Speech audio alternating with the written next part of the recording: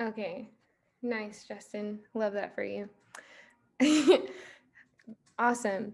Welcome, everyone. I'm calling this meeting to order at 7:03 p.m. Thanks for being here tonight. Let's start with the first thing on the agenda, which is the approval of the agenda. Are there any amendments to the agenda?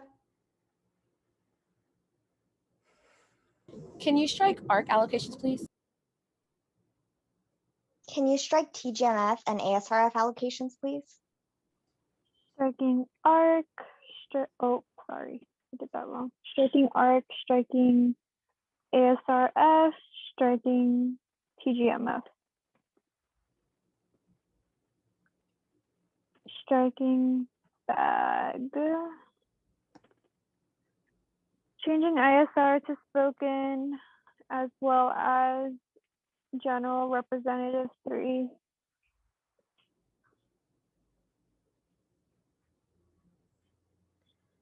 Any other changes? Can we strike capital contingency, please? Striking capital contingency.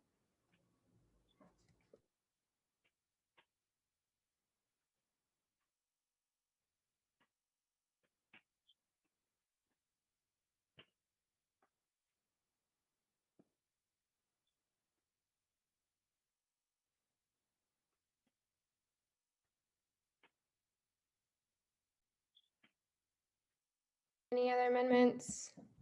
If not, a motion. A motion to approve the agenda for tonight. I second. Emily motions, Jonathan seconds. All in favor, please raise your hands.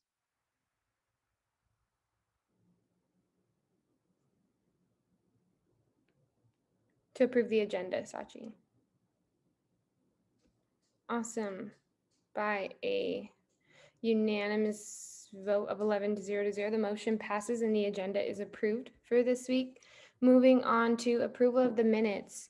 Would anyone like to motion to approve those? I believe they were from March 31st. I motion to approve the minutes for March 31st. Actually, sorry, Oh, they were from March 30th. I motion to approve the minutes for March 30th. I second. Breeze motions, Promise seconds. All in favor, please raise your hands.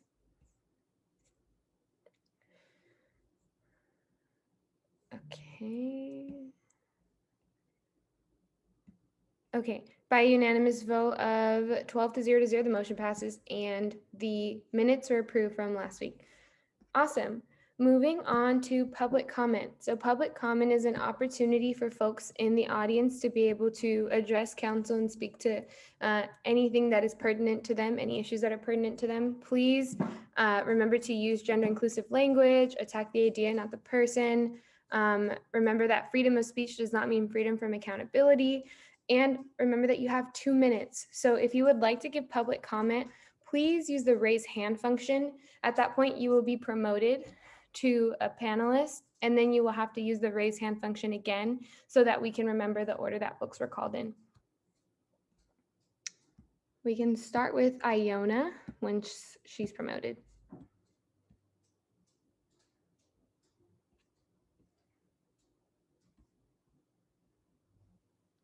Sorry, that was fast.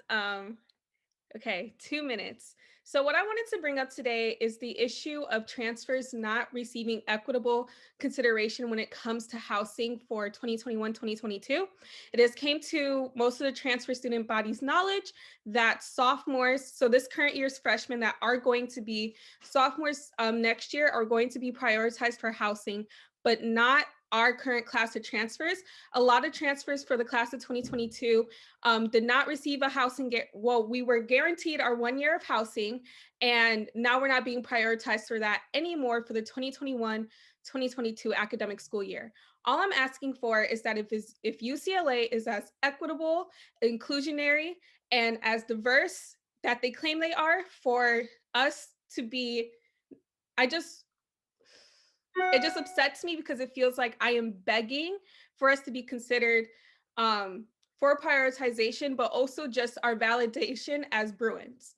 that's what's really upsetting, and that's what's making me trip up on my words, because it's like I have these 2 minutes. But I just want to urge the USAC Council that if you are in solidarity with transfer students, you please need to push this issue of making sure that the class of 22 transfers are also being considered for next year's housing. All we're asking for is an equitable experience. Sorry, dog here. All we're asking for is an equitable experience for all. So thank you. Thank you, Iona. Lauren, I believe you were next. Yeah, so I'm also part of the class of 2022 transfers, and I'm sure like other transfers can share this sentiment that we all worked like extremely hard to get here, and we have less time at UCLA, and that, you know, I know a lot of transfers were also sharing the sentiment that like, I don't even feel like I go to UCLA, like I go to campus and I just feel like fake and like I don't really attend there. And I think that, you know, by not giving transfers housing and the ability to like live on the hill and like a guarantee for housing, it's just a really disappointing decision, you know. And I think that if UCLA wants to pride itself on being a transfer friendly institution, it needs to listen to transfers and it needs to stick to their word, because we were told that we were going to get our like guarantee year of housing, like if we didn't get it like this year, that we were going to get it next year, and now that's being taken away from us. So I also want to echo the sentiments that Iona said, that we really need your solidarity and we really need your support right now. That would mean a lot to us. So yeah, thank you. Thank you, Lauren. Herman. Thanks, Naomi. Hi, it's good to see you all again. I'm here alongside my fellow transfers in the class of 2022 as well to talk about the issue of housing priority for next year, and to really urge council to support the prioritization of returning transfers for housing next year. My peers bring up a really strong point that I think so many transfer students echo. We had nearly 60 transfer students show up to the on-campus housing council's meeting earlier today. So many transfers are hurting right now.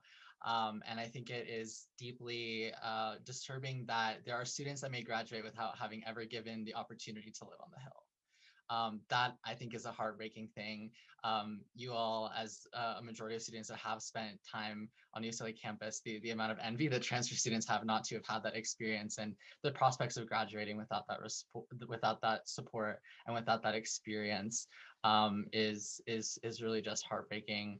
And so I hope that you will stand with the class of 2022 transfers in advocating for housing priority for next year, and ensuring that administrators recognize that need. Thank you. Thank you, Herman. Mark Anthony. Hello, thank you for the opportunity to speak. Again, I am a class of 2022 transfer. I made my ultimate decision to come to UCLA based on the guarantee that I would receive housing by UCLA admin at Bruin Bound. It was reiterated during transfer orientation and during the summer as well.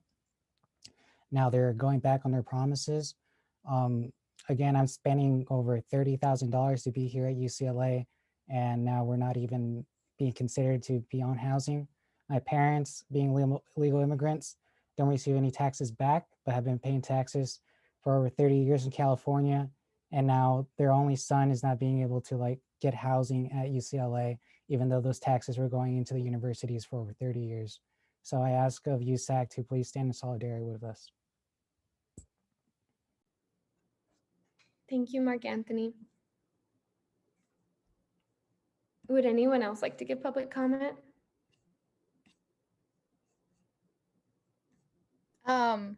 Yeah, I would really quick like to add a comment. Go ahead, Mariah. Yeah, so my name is Mariah. I am also a 2021 graduating 2022 transfer student.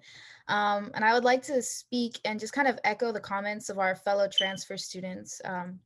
We're going to be seniors next year. And while many of us, due to the pandemic, may not have needed housing this past year because of differing circumstances, For some of us, like myself, it's even more important that we get it next year, which may be different compared to previous years about, seniors being prioritized for housing. But for some transfers, this will be our first year on campus, and we're really going to need housing, or our living situations may be kind of up in the air.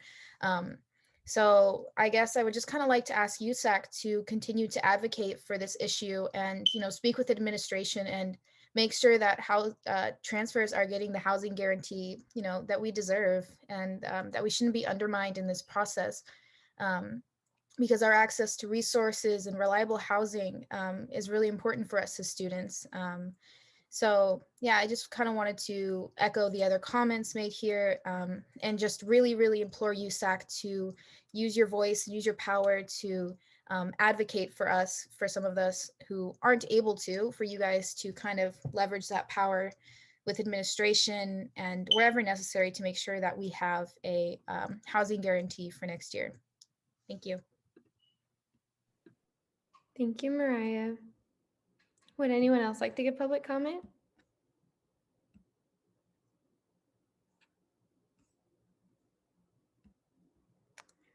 Going once, twice. Okay, am I missing? Okay. We will be concluding public comment at 7:14 p.m. Thank you everyone who came out and gave public comment, and we will be following up with you all about the actions that we are taking to support these really important calls. So awesome. Moving on to our next item on the agenda, we have contingency programming. David, I'll pass it over to you. Hi, everyone. So this week we had a total amount requested of $3,481.56, and the total amount recommended is $2,229.23 to 6 non-USAC entities.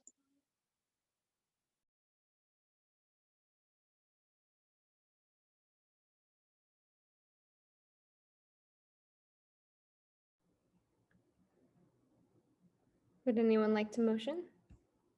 Or are y'all looking at the allocations?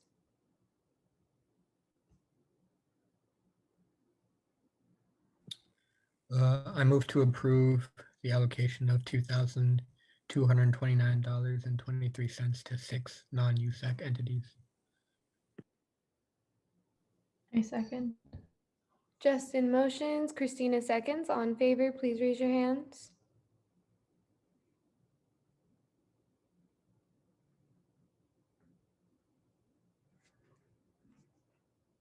Okay. All opposed?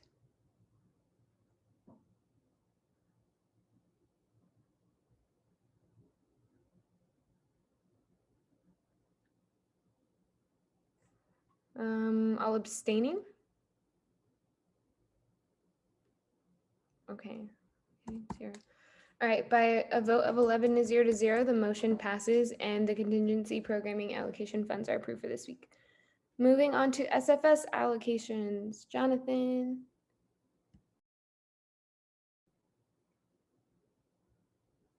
Wait, I actually think Jonathan had tech issues. Okay, yeah, I'm getting a nod. Awesome. Okay, we'll come back to that. SWC programming fund? This week, $500 was allocated towards Manmukti for a South Asian LGBTQ plus support circle. Does anybody have any opposition to the allocations? Awesome. Seeing as there's no opposition, Christina, the SWC programming fund allocations are approved for this week. Thank you. TGIF. Sorry, I wasn't here to strike it off the agenda, but no allocations this week. Cool, cool. Okay, moving right. Oh, Jonathan's back. Cool. SFS? Heck yeah, thank you. I apologize. My laptop decided to not be my friend tonight, which is fine. In SFS land this week, we had a total requested amount of $2,387.52 and a total recommended allocation of $2,125, even to 1 non-CSC and 2 CSC groups. Awesome. Is there any opposition to these allocations? No? Okay, great. Seeing as there's no opposition, the SFS allocations are approved for this week. Thanks, Jonathan. Okay. Moving on to our special presentations. I see UAEM for the open vaccine pledge. Emily, I'll turn it over to you. If you could promote Sorry, I'm Momina. promoting. Yeah, Okay. I forgot to unmute. And And Nanita. what about Jaya? And yes, I'm promoting everyone who's facing their hand. That's good. And Isabella? Yes? No? Maybe? Shall I Jonathan, promote Isabella? are we promoting Isabella too? I don't think so. Presenting team? Yes, Oh, yeah. thank you. Cool. I'll turn it over to y'all. Amazing. Thank you so much. So will we be able to screen share? Do y'all screen share the presentation we shared?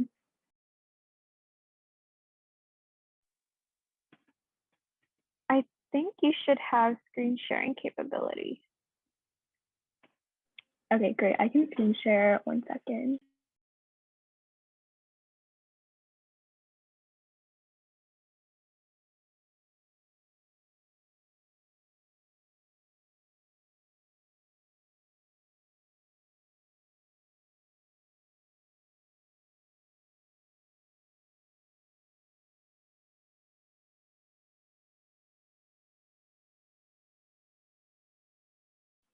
Okay, we're going to start off with intros. So to introduce myself, my name is Momina. I'm a 3rd year and I am a part of UAM, UCLA, and I'll pass on to our other presenters.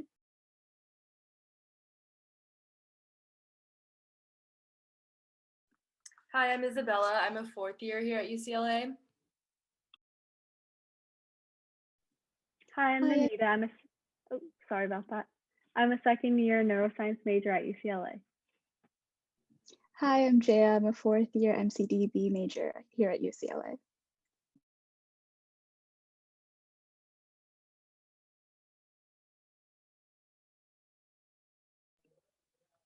So we wanted to start our special presentation with this powerful image, as it was one that was presented to us a couple months ago and fueled our commitment to equitable vaccine distribution. If you want to take a quick look, you can see that it kind of demonstrates how widespread vaccination coverage will be achieved and when.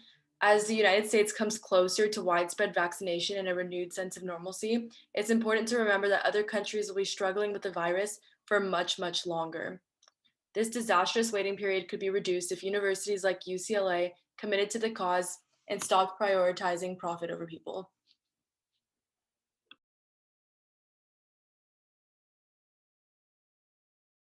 All right, hi guys, sorry I didn't get to introduce myself earlier, but my name is Avani, and we are here to present to you about our Free the Vaccine campaign at UAM, as well as the Open COVID Pledge. So our entire Free the Vaccine campaign actually started about a year ago now.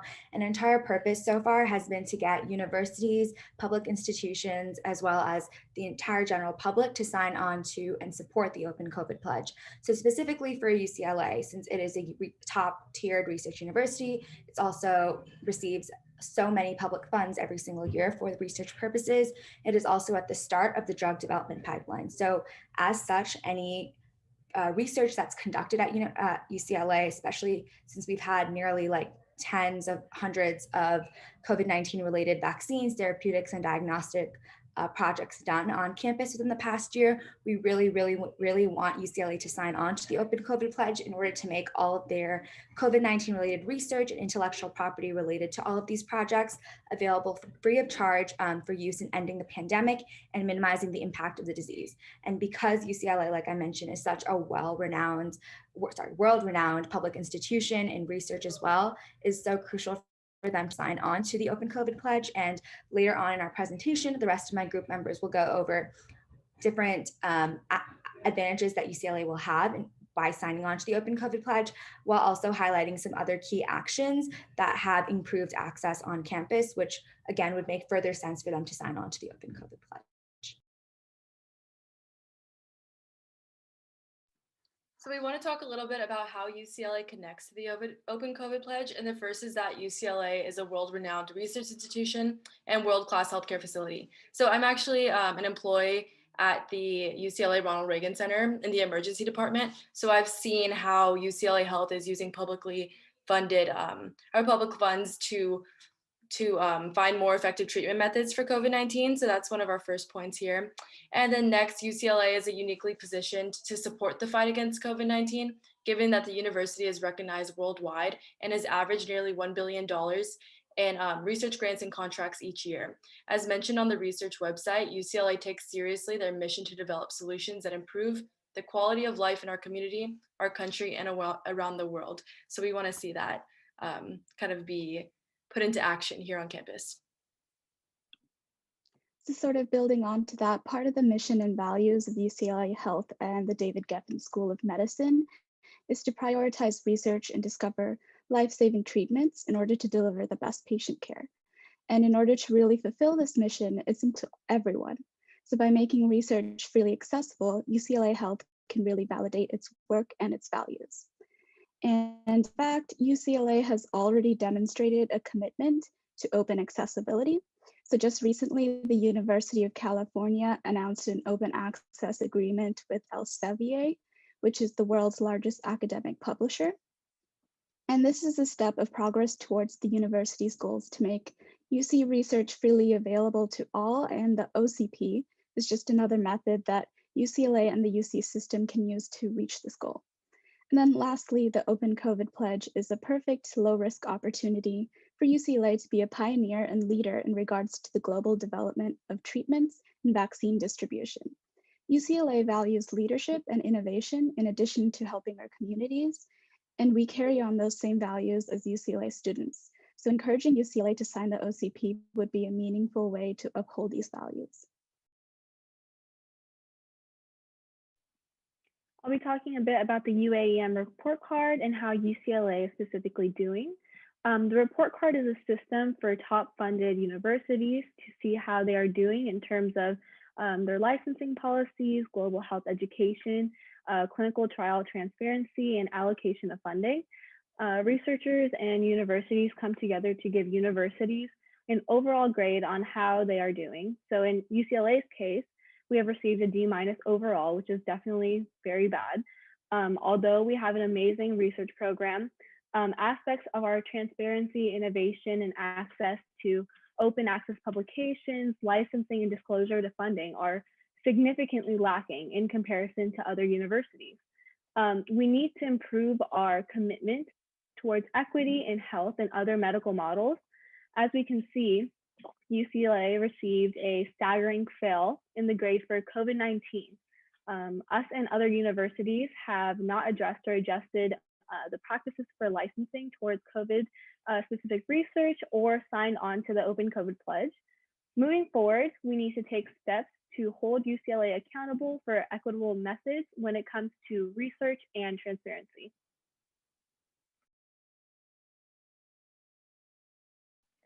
So now on to why we are presenting to y'all today and why we came to USAC specifically.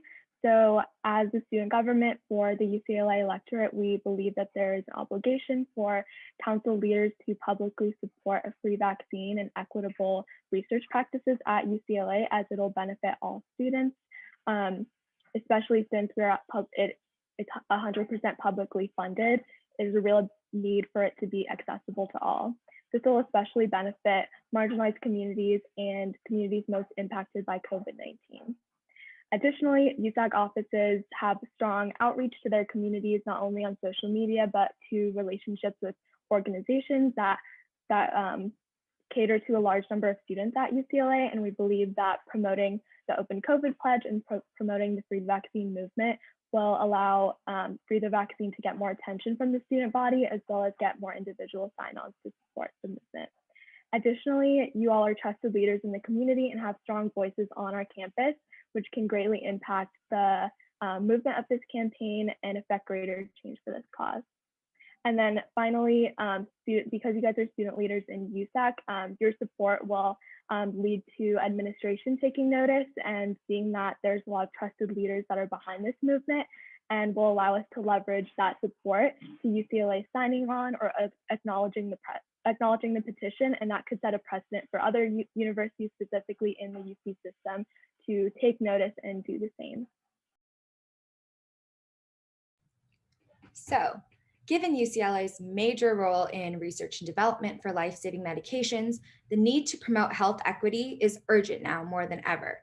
And especially with our true Bruin values of respect, accountability, integrity, service, and excellence, now is a greater time than ever to show how committed UCLA is to upholding these values. Nothing shows more integrity and respect than acknowledging the powerful change that we as a university can commit and enact for millions across the country, especially if we commit to open licensing the intellectual property needed for the COVID-19 vaccine, therapeutic diagnostics, and other related research on our campus.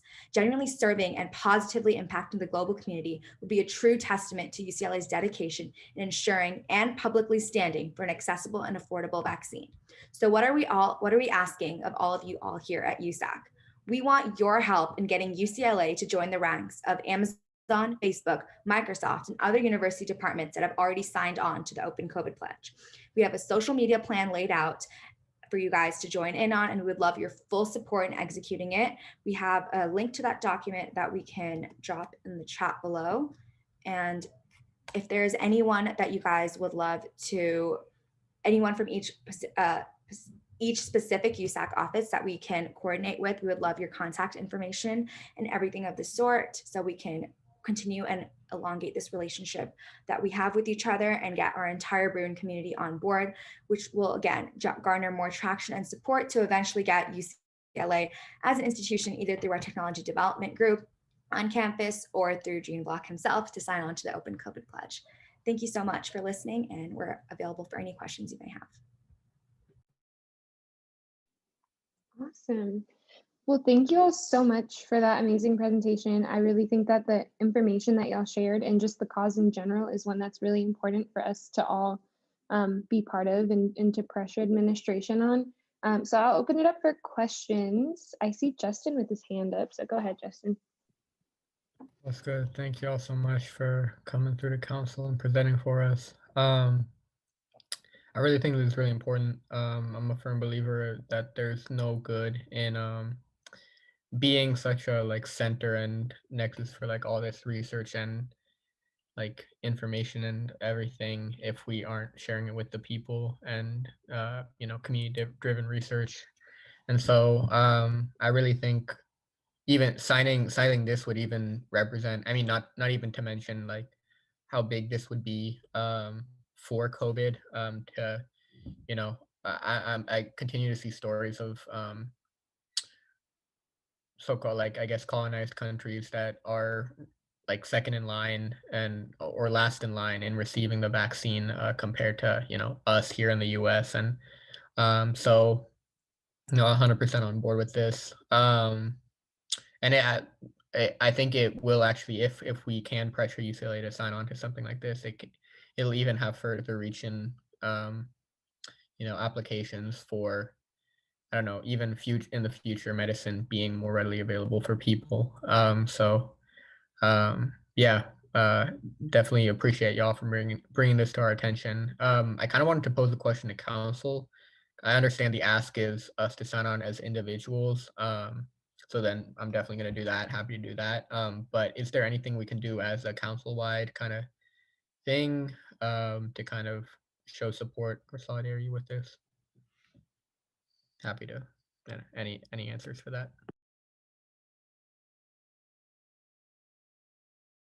Sachi, do you have an answer to that? Or was your hand already up? I was gonna ask a question, which I think is also kind of an answer, so it works out.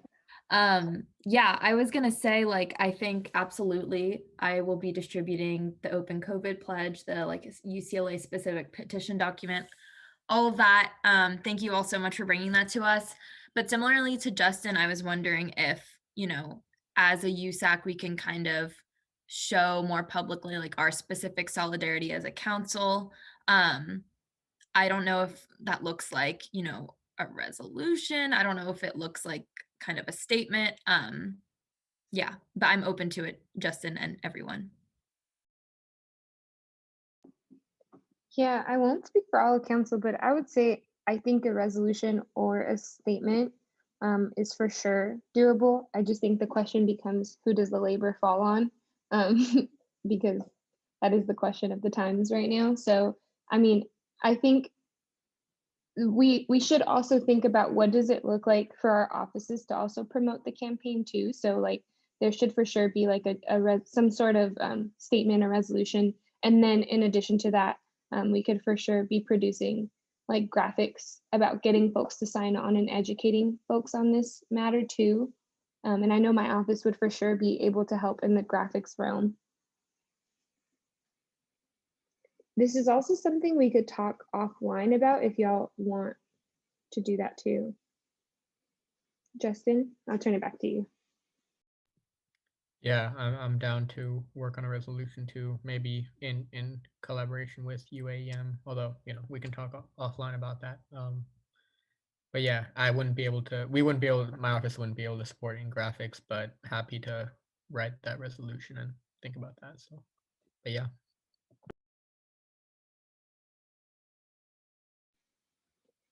Okay, well, I like the sound of all of this. Maybe if we can get like an email chain going with the folks who like said that they would be in support, and then that way we can like divvy up the labor, and I can also tell my team about like what to actually put on the graphics for distribution. Are we all cool with that? I'll turn it over to UAM.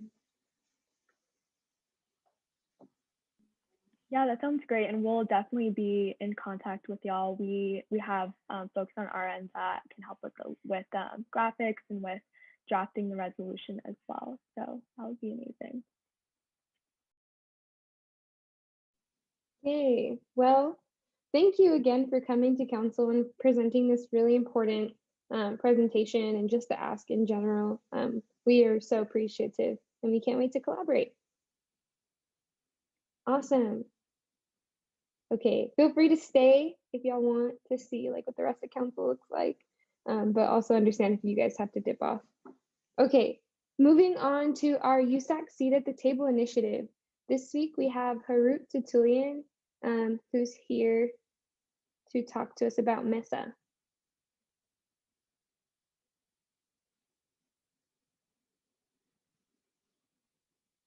Harut, the floor is yours whenever you want to start. Hi, everyone. Well, thank you first off for the invitation. I really appreciate being extended the offer to speak with you all today.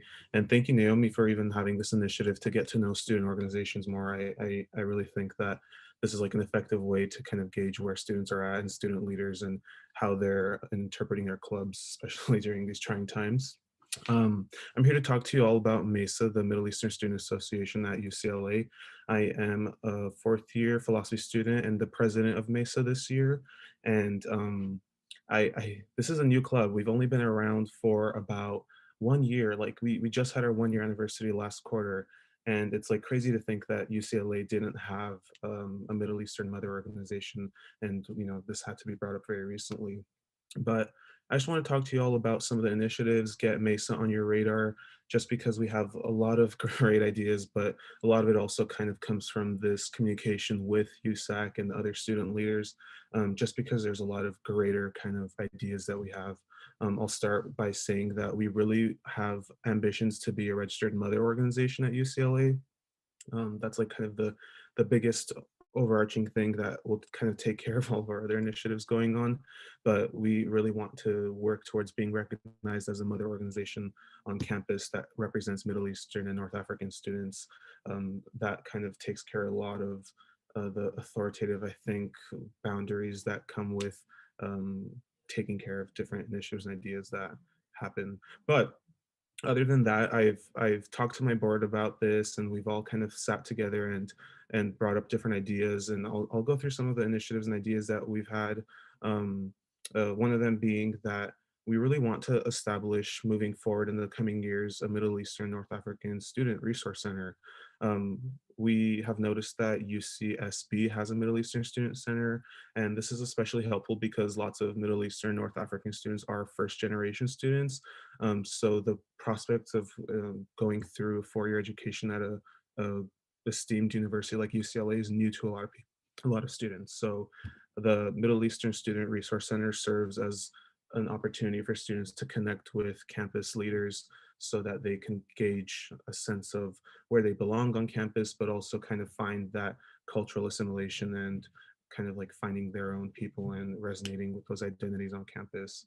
Um, yeah, I think this kind of idea is a lot more grander, and it kind of comes with us being more of a recognized club on campus. And like I said, we are really new, so a lot of these kind of initiatives and ideas that we have planned come with the longevity of us being an existing club on campus, and also just being more in touch with the greater kind of USAC protocols that are happening and all that. One of our members also suggested that we want to advocate for the Muslim Student Association in bringing a better praying space for them. Just because right now their kind of only option on campus is to pray by the dumpsters behind Kirchhoff, and they really the description of their praying space, literally every time we have to describe the praying space to students that are interested in it, the reference point is the dumpsters by Kirchhoff. So this, I think, serves as kind of a note on why it needs to be improved. It is also quite a small area as well, so that's something that our organization wants to advocate for as well, bringing a larger praying space for Muslim students on campus. Um, Also, another great initiative that we have is that we want to, this is, I think, another really important one that we want to act on as fast as we can, but we really think that a separate category for Middle Eastern students needs to exist for self-identifying on all official forms. Just because Middle Eastern students right now are forced to adopt either white or any other potential ethnic or racial categories that they share. So we think that Middle Eastern as a racial category needs to exist on UCLA forms. It doesn't at the moment, as far as I know, at least for when I am filling out forms at UCLA. But this is, I think, a great initiative that needs to exist in order to kind of voice different Swana, Southwest Asian, North African students. It allows the campus to kind of identify student needs and different student experiences on campus, because right now it kind of seems like they're just kind of trying to blend in whatever either separate ethnic groups that they can find on campus, whether that be through student associations, or they just go through their UCLA experience never really connecting with a cultural organization or cultural identity on campus. So I think just the fact that they're able to identify themselves as Middle Eastern students on the official forms is like that first step to bringing Middle Eastern students into their kind of cultural spaces on campus by showing them that there's a recognized kind of category for them on campus as well. But yeah, I think, this is a lot of great ideas and they're really ambitious, but like I said, this will come, in the coming years. But I really just wanted to chat with you all and put a spotlight on our club. It is a new club, but we have a lot of great ideas. In my opinion, we've had a lot of great events already in the past year. We've had some great panelists and speakers come talk with us. We just did our first funding app, which was a really big deal, but we got to kind of experience the pleasures of being funded for events as well. And I really have really high prospects for the Middle Eastern Association at UCLA. And I think that putting this on your radar is a great kind of opportunity for future initiatives to be taken more seriously as well. Yeah, I'd love to kind of chat with you all on maybe other student leaders if they have any ideas for us, or if you all have any questions for me. But yeah, those are most of our initiatives. Thank you again for giving me this time to speak with you all. Awesome. Thank you so much, Harut, for coming, and especially kind of last minute to be able to present. It was really amazing hearing from you. And I also look forward to being able to work with you too and present at your club. I'll pass it over to Bacher for a question. Hi, it's more of a statement rather than a question. So like really thank you very much for like your presentation and for your student org. And honestly, like a personal experience, one of the things I first looked into like when I came to UCLA, whether it was through Seoul or like the um like the organizations that presented during orientation, and I was surprised not finding a Middle Eastern Student Association at that time, which was like something I expected. And also I highly relate to many of the points, like you really bring them, like they're really near home, and like especially like on forums and when in terms of like identifying as Middle Eastern and that ability, even if although it's like really might seem really trivial, but like when I see forums that do have that choice, it kind of like a momentary I would say happiness or something along those lines. So really thank you for all of your points, and I also look forward to like providing any support.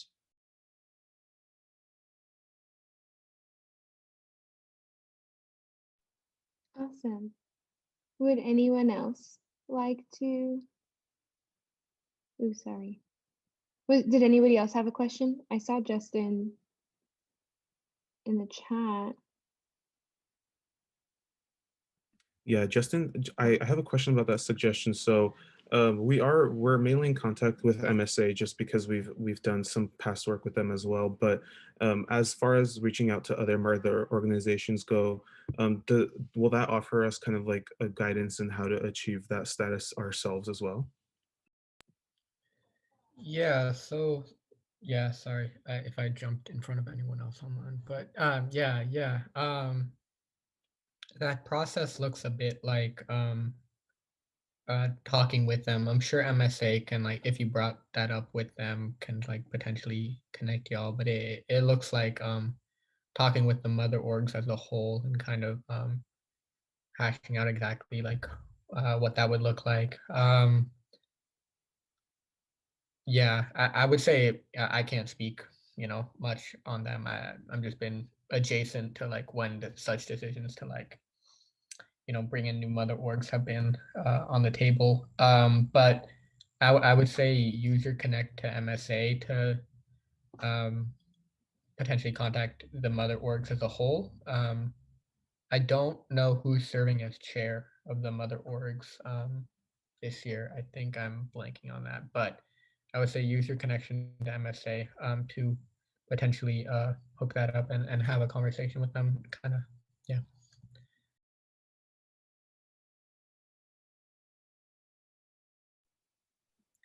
Oh, can I just say something, Go Naomi? ahead, George. Yeah. Yeah, and don't mind the picture of this puppy I took care of this past weekend.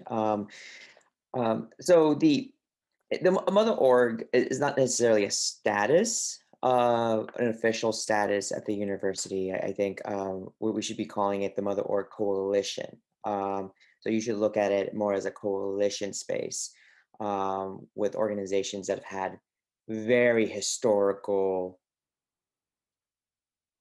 I guess I would say, successes in history, I guess, within the university itself.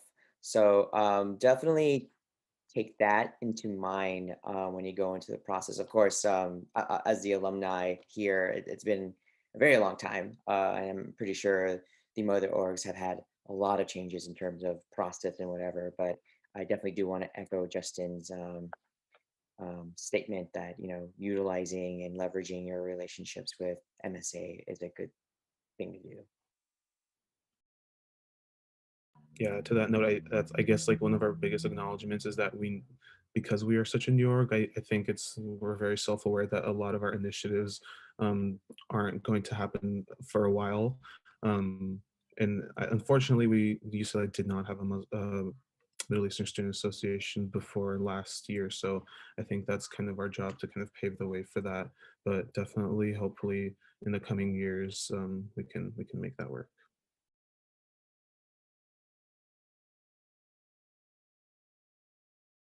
Yeah.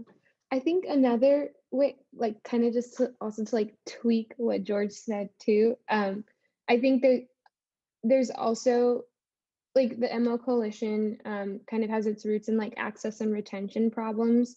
And I think that any group with a history of access and retention issues, I feel like maybe would vibe with the MO coalition in that way. So like maybe again, just echoing like the using the context with the MSA, and just also centering a lot of their work around like the the ability to like go into communities and get your students admitted, and then and also to retain them, because we know that for students of color, like this institution wasn't necessarily built for us. So that's also like one way to frame it too. I think Sachi also had a question. Oh yeah, I was just gonna give another comment too. Like, I just wanted to like shout you all out for doing this startup work in this first year. Like, one of my close friends is Quinn O'Connor, who started up the entire Disabled Students Union this past year, and it's like seeing the amount of work that she's done. Like, I'm only beginning to imagine what you've done over the past year to like really, start this initiative from the ground up. So, shouts out. It's really important, and like I'm sure so many students are really thankful for your work, and I'm thankful for you all presenting it to us today.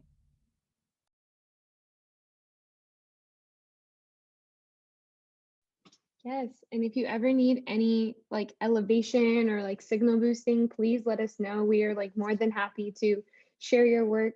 I know like Layla Tundravi, she's in my office and she randomly just like, I'm sure probably found out about MESA. So I think this is, what these collaborations are all about. So if you ever need anything from us, just feel free to let us know. Thank you, Naomi. That definitely will come into play next week for our anti-Blackness event. But in other regards, I'll make a note for next year's student leaders to keep close contacts with student USAC. Of course, of course. And also through CAB is another great avenue. I know that y'all have been really active in CAB, so it's really cool to see that too. Emily? Yeah, it's just offering my in my office's support for any like information, like resources about building out your organization that you might need, like USAC funding, advice on like retaining and recruiting members. I'm gonna drop the email of my committee in my office that specifically works on that in the chat. They are holding like kind of coffee clubs and coffee chats throughout week 2, and throughout the quarter as well. So you can sign up if you're interested here. Club coffee chat. Sorry, I'm like looking at the graphic right now. But also just wanted to say amazing work. Kudos to you for starting up a new organization during a pandemic. I'm sure that's really hard work. So thanks for coming and presenting today.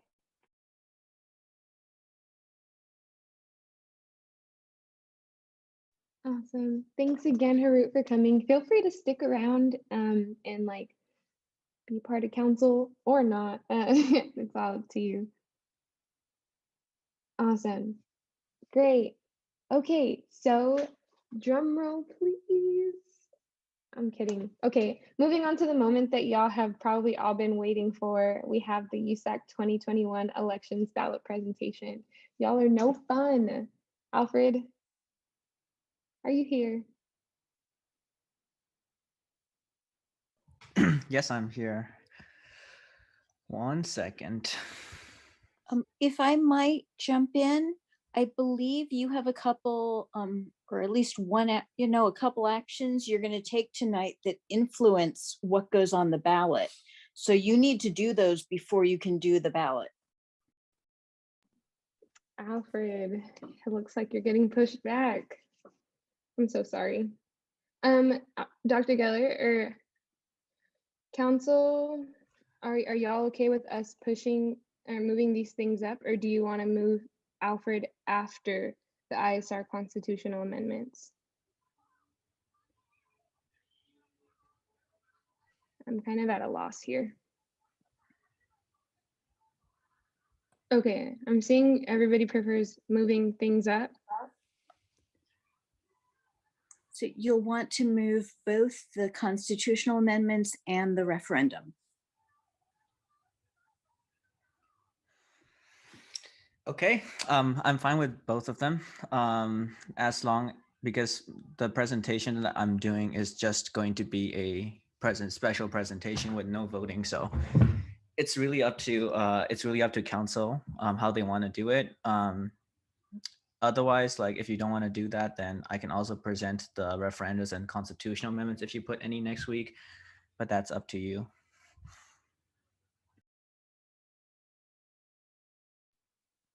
Okay, I think Dr. Geller's saying that this, correct me if I'm wrong, Dr. Geller, these have to happen before the ballot is presented?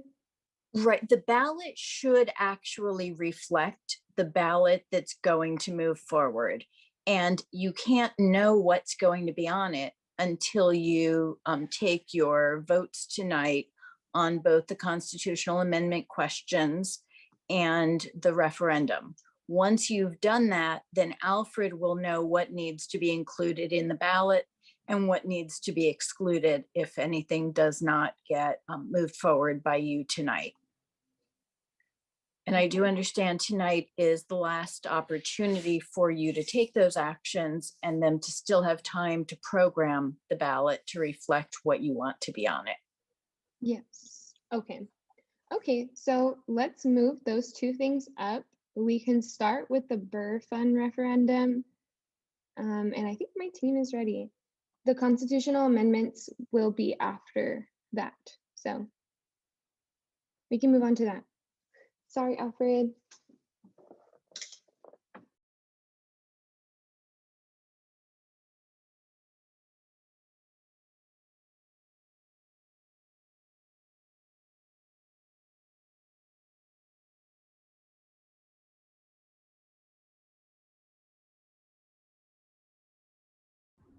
Awesome. Hi, everyone.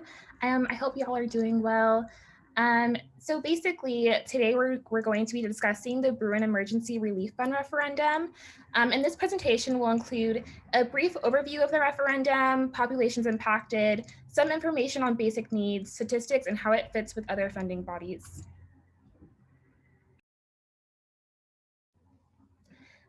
So essentially, the birth referendum is a referendum that seeks to ensure the student RAND support of those in crises by increasing student fees by $2 per undergraduate per quarter.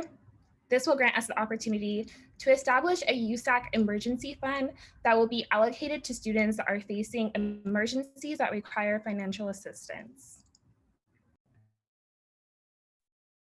In other words, we are building an emergency funding source by and for students, regardless of system impact, transfer status, guardianship, immigration status, employment, existing aid, or any other barrier, so that students have somewhere to collect financial support when facing emergencies, which from late capitalism to pandemic to climate crises have only been increasing.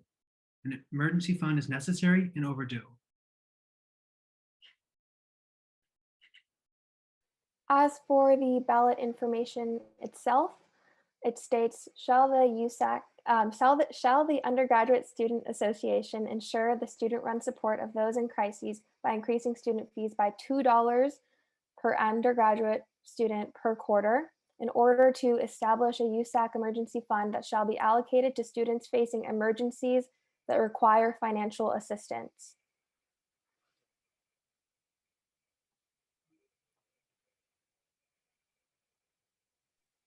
And so the basic breakdown of this referendum is that we've come to a $2 fee by assessing the Undergraduate Student Association Pandemic Relief Fund, which raised $280,000 for 1,120 students and $120,600 for 482 students.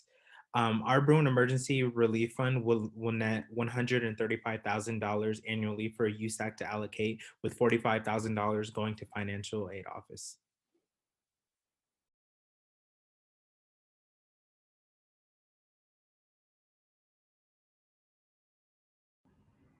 Yeah, so we want this funding body to act as an immediate source of relief inclusive to all undergraduate UCLA students in need. So this is regardless of immigration status, transfer status, system impact, which includes formerly incarcerated students or students otherwise impacted by incarceration, guardianship, federal and financial aid eligibility, and international residency. And some of these communities, you may notice, were left out of the Higher Education Emergency Relief Fund.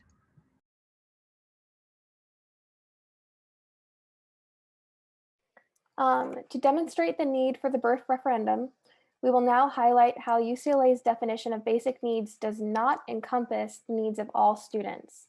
So UCLA says basic needs is basically safe and secure housing, sufficient and healthful food, peace of mind, sleep, transportation, and hygiene. Unfortunately, that definition does not include everything of like what basic needs actually is. So the traditional definition needs to be changed to include things like childcare, mental health, education, healthcare access. And for the purpose of this report, we will discuss basic needs holistically as it relates to higher education. Okay, so as many of you have seen in the future and its events are unexpected. However, the response to these emergencies, whether personal or similar to the COVID-19 pandemic, can be prepared for. The Bruin Emergency Relief Fund is a necessary step for us to take in the right direction as an institution to adequately provide students with financial support they need to maintain their quality of life in a stable educational environment. So BERF is not the first of its kind for educational, like a supplemental emergency educational relief fund.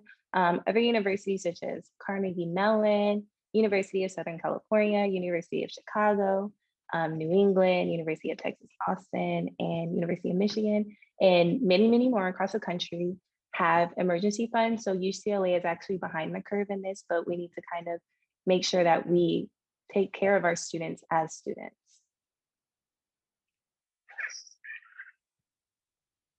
So this year, our office conducted our own survey to assess the financial needs of undergraduate students, especially in light of the COVID-19 crisis.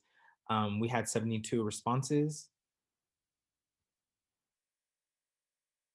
So the first question we asked was, since October 2020, to what extent have you struggled with financial related stress or anxiety? And as you can see, the majority of students are financially struggling to a high degree. They indicated on a scale of 1 to 10, they indicated, majority indicated above a 7. Another question we asked was, have you experienced any of the following financial difficulties because of the coronavirus? And the primary issues indicated by students regarded employment and getting their basic needs met via housing, bills, and groceries, primarily. And so we also analyzed the 2020 University of California undergraduate experience survey conducted here at UCLA. They had a sample size of 7,753 students. And this was conducted by the Students Affairs Information and Research Office. And they asked, essentially, are you concerned about any of the following? And the topics were job loss, getting their bills paid, getting their basic needs met, and having reliable internet access. And as you can see, the study echoes the results of our smaller studies. Students were primarily concerned with employment, paying their bills, and getting their basic needs met on time. Some more information, according to the UCLA Center for Transformation of Schools, in 2020, 5% of the University of California students are experiencing homelessness during their undergraduate career. Also, UCLA's newsroom listed that more than 35% of undergraduates receive Pell Grants and federal aid for students from low-income families.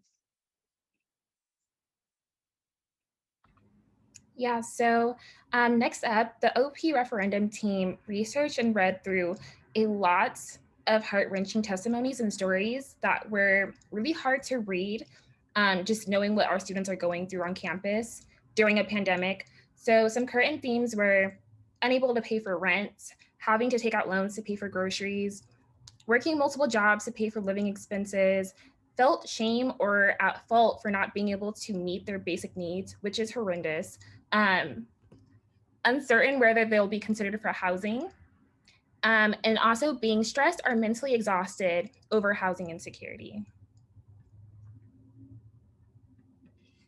Yeah, and so essentially now we're going to pivot to our next section of the presentation.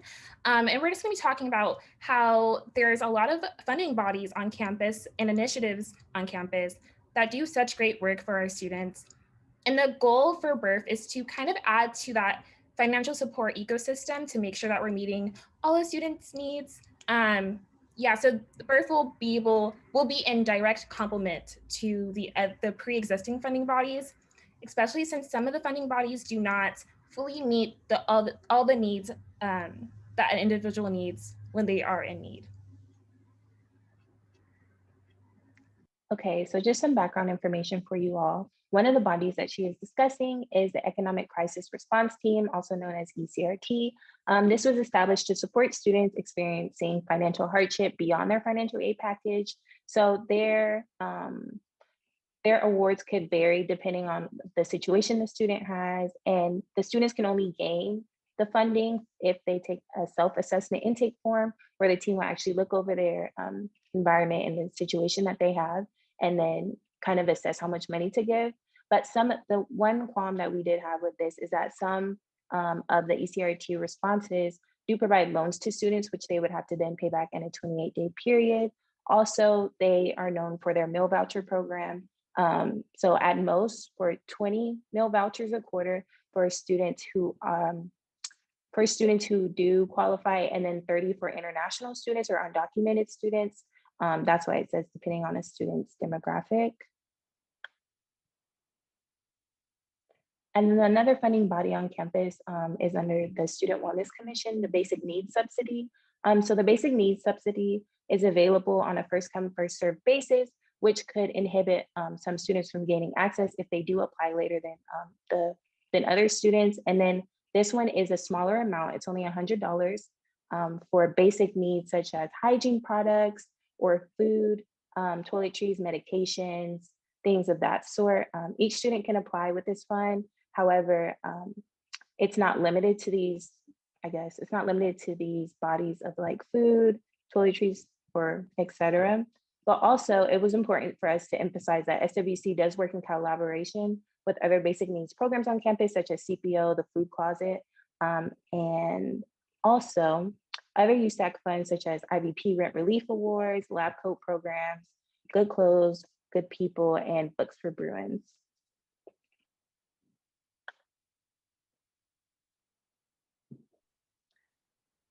The Higher Education Emergency Relief Fund is the name of the fund attached to the CARES Act that brought aid to some students, but 15.8% of the student body are international students. The racist and reactionary Trump administration, through HERF, excluded all DACA international and undocumented students. The US has a long and vile history, one that has continued to carsely target, materially exclude undocumented folks in this country, exacerbating the pandemic for them through the existing conditions that they face and have historically faced.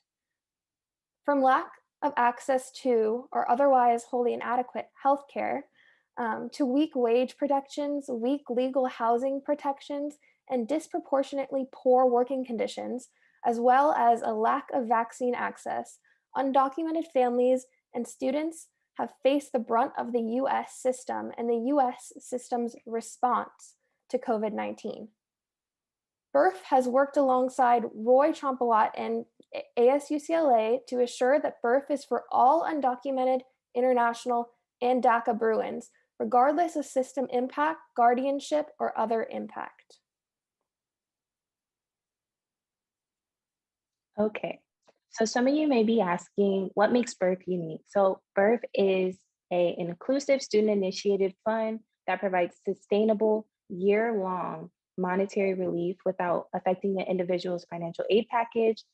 It extends beyond the common basic necessities such as food, housing, and other hygiene products which are currently addressed by the various UCLA programs we stated before, in addition to like Bruin necessities under the SWC. However, in effort to provide assistance to a larger percentage of the student population, birth is crucial to ensure that the financial needs of all students are met. And since students vote on the referendum to be included on the ballot, there is a collective decision on where the money goes. Also, it's important to note that this fund will be accessible and governed by the autonomy of the student body.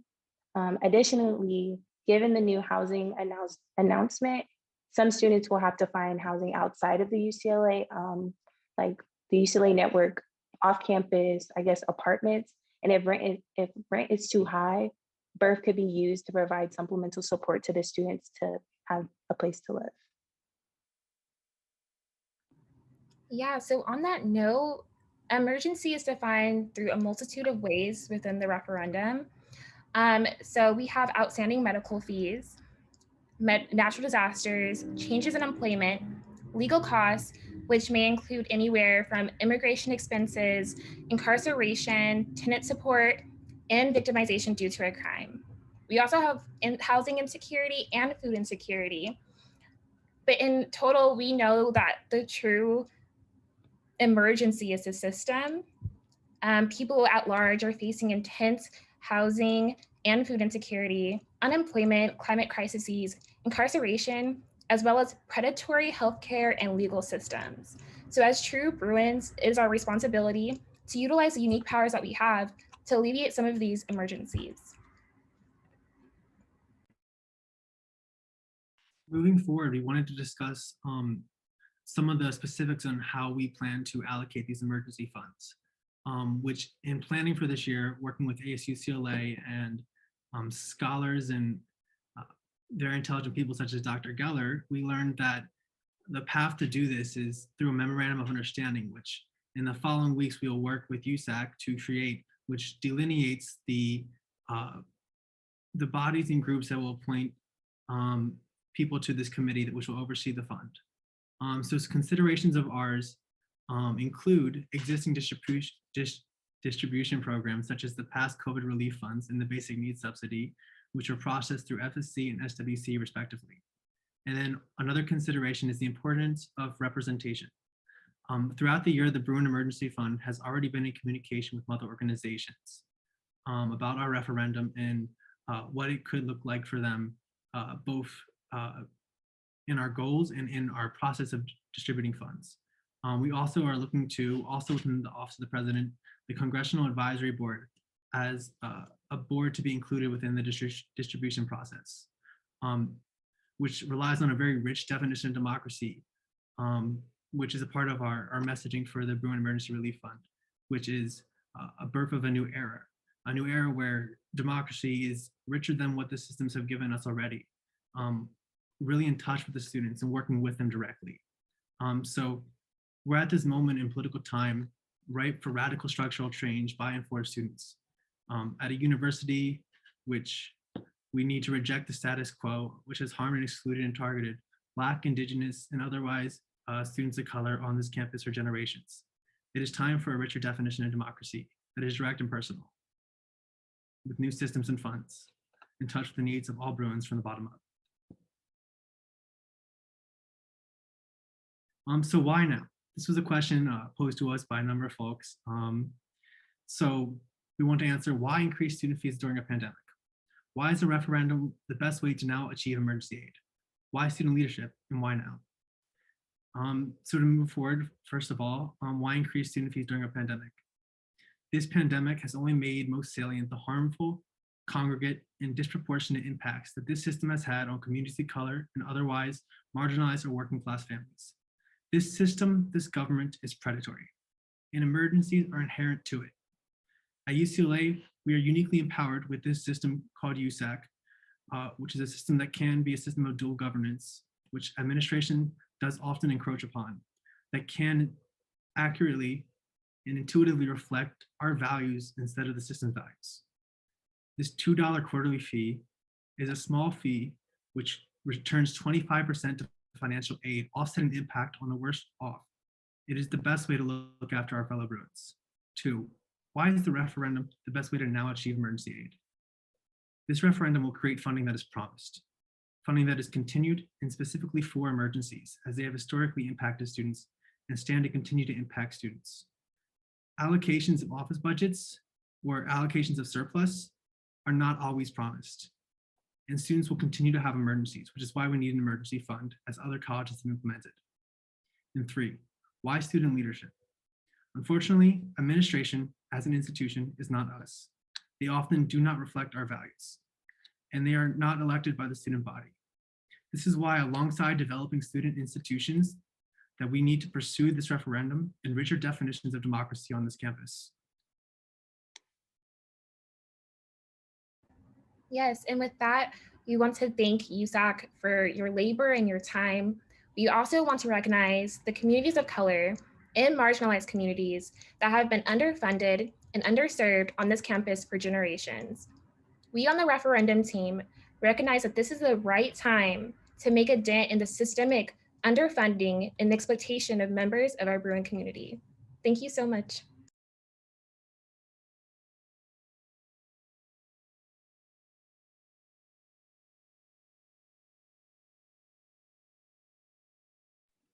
I'm so sorry, I was eating dinner. That was really awesome. Thank you all so much for coming out and presenting to us. I will now turn it over to questions, but before I do, I also just want to note that, of course, everybody here are members of my office, and this is something that was initially thought of last year by President Robert Watson. And I do want to note that this was thought of, these conversations were taking place before the COVID-19 pandemic hit.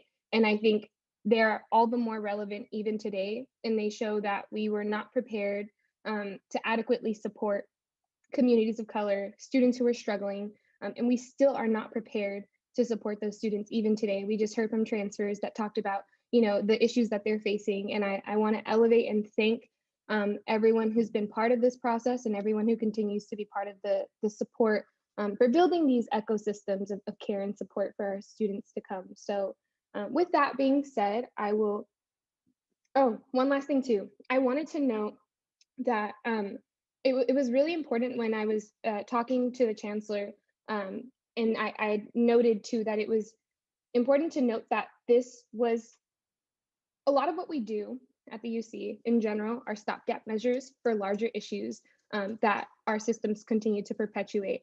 This is also one of the stopgap measures that are led by students. We think we can see, in our history of student fees that a lot of what we do are stopgap measures. This is just another one that specifically targets sectors of student needs that continue to go underfunded and under notice. So I also wanted to note that too, because we are not saying that this referendum solves all problems. We know it does not, but it is another avenue to support students. So with that being said, now I will shut up and I will call on Bacher first and then Christina. Hi. Okay. So first, thank you very much for the presentation. Like, it was really informative and like it answered like honestly many of my questions, especially like the one about other source of fundings. And while like generally speaking, I'm against like raising student fees. However, as an international student, I do realize the importance of additional resources that don't take residency or like are not restricted to US citizens. Um, just like I do have a few questions just to be like 100% comfortable with my vote. Um, so my understanding is that and I will ask okay all of my questions and then feel free to like answer them like in the same time. So the first one is that to my understanding, all of the money or like all of the allocations will be directed to students. So it wouldn't go to any administration agency or anything. That's my first question. The second one is I'm not sure if the fund would cover mental health. If not, I think this is one of the main things for international students.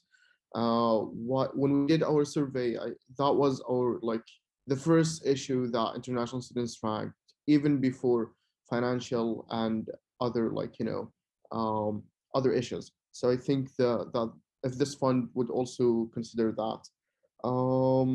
And then like my last question or like set of questions is like more of logistical, and like you don't honestly need to have an answer for that, but like let's say those are things to consider when doing the memorandum.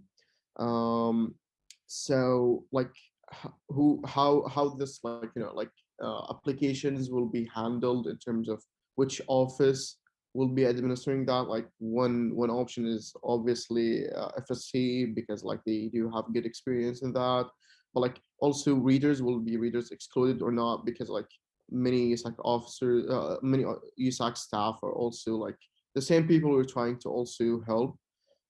And I think this issue like really came up throughout the last year. And the last thing is that will it require like a proof or um, like receipts like some other current USAC funds or not? So yeah, those are like all of my points. And again, really great presentation, and thank you. Great, thank you so much for all your questions. So I was trying to write down the questions as you were going along, so just let me know if I didn't get to one. So yes, all the allocations will go to the student body. We do want to have a funding body that will be reviewing these applications. So it's up to the USAC offices that will be in charge of this funding body in terms of appointments, if they want to offer their students stipends and such. So question number 2, we do hope that this funding body is in consultation with USAC offices. So we do invite you all to help us write the MOU and come up with how we want this funding body to look, how they will be reviewing applications and such. So in saying that, mental health is definitely an emergency, so that would be definitely included. And the last question was about receipts, correct?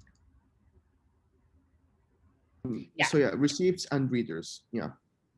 Yeah, so I think that falls under the MOU as well, that we can figure out together in collaboration. But yeah, my personal idea is to possibly not include it or include it based on like what other folks think. But I'm not viewing this emergency relief fund as a reimbursement process. Personally, I think that people should request it when they know that rent's due, or anything of that nature. That's just my personal idea.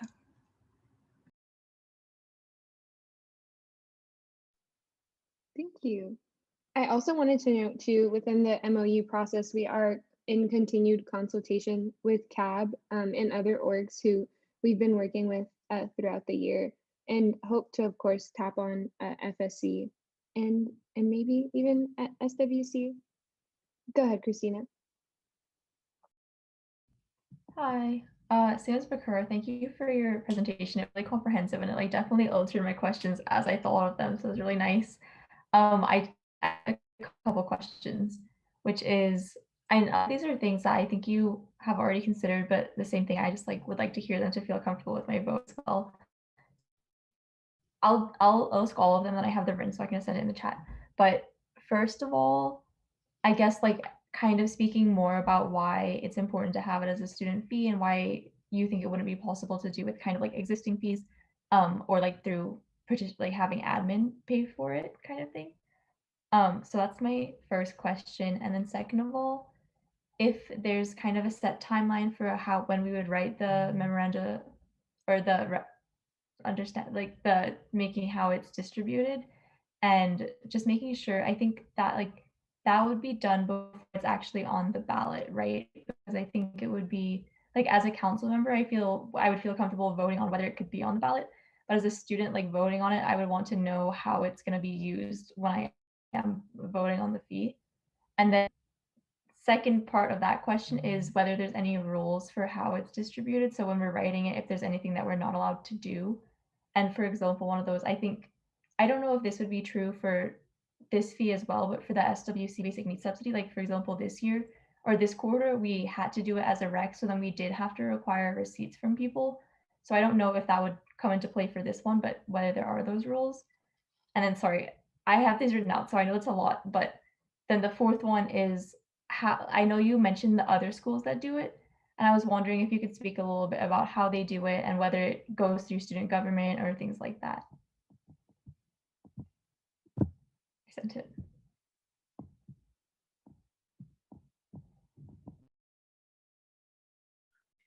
I can answer the first question.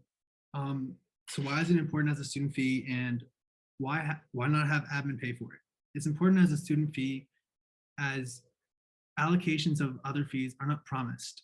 To have a promised referendum that continues to fund emergencies for Bruins is fundamentally important to the continuation of the program, because emergencies aren't going to stop. Students aren't going to stop having needs. By all indications, this system and the climate crises are only indicating that emergencies are going to be more often and deeper. And why not have admin pay for it? The fundamental aspect of our referendum is that it is student-led, because administration doesn't often reflect the values of the student body. So we want to have it student-led and student-funded, because that is funding that the administration cannot pull from us or weaponize against us. I know Zuleika also wanted to jump into, I want to jump in after, but go ahead, Zu. Yeah, Christina, I think these are really great questions. So one of the things that I could add on as someone who, I'm taking off my transfer rep and I'm putting on my UC student basic needs hat on right now. As that representative on UCSA, I know that there has been some conversations in regards to the possibility of the state reducing basic needs funding for UC. So I know that that is a conversation that we're having, and how we're going to advocate for them not only to fund what they've been funding, but to increase those fundings. So I think that that is also something to think about, that there's a possibility that our basic needs funding that we receive from the state will be reduced. So I think that should be on everyone's radar. The second thing is that when UCLA is describing emergency fees, they often refer to ECRT, the emergency crisis really, I'm pretty sure you know this, Christina. And a lot of the times, that's literally their go-to. That a lot of the basic needs funding also goes to ECRT. And so when we're trying to help students and refer students to like emergency funds, that's UCLA's go-to. So even if we try to have UCLA pay for students in terms of emergencies, they're going to go to ECRT, and a lot of the times the students take out loans. I am one of those students who have continuously taken out loans just to pay for housing, for childcare. And so I think it's important to also note that some of those funds are also not available to international students or students who are undocumented.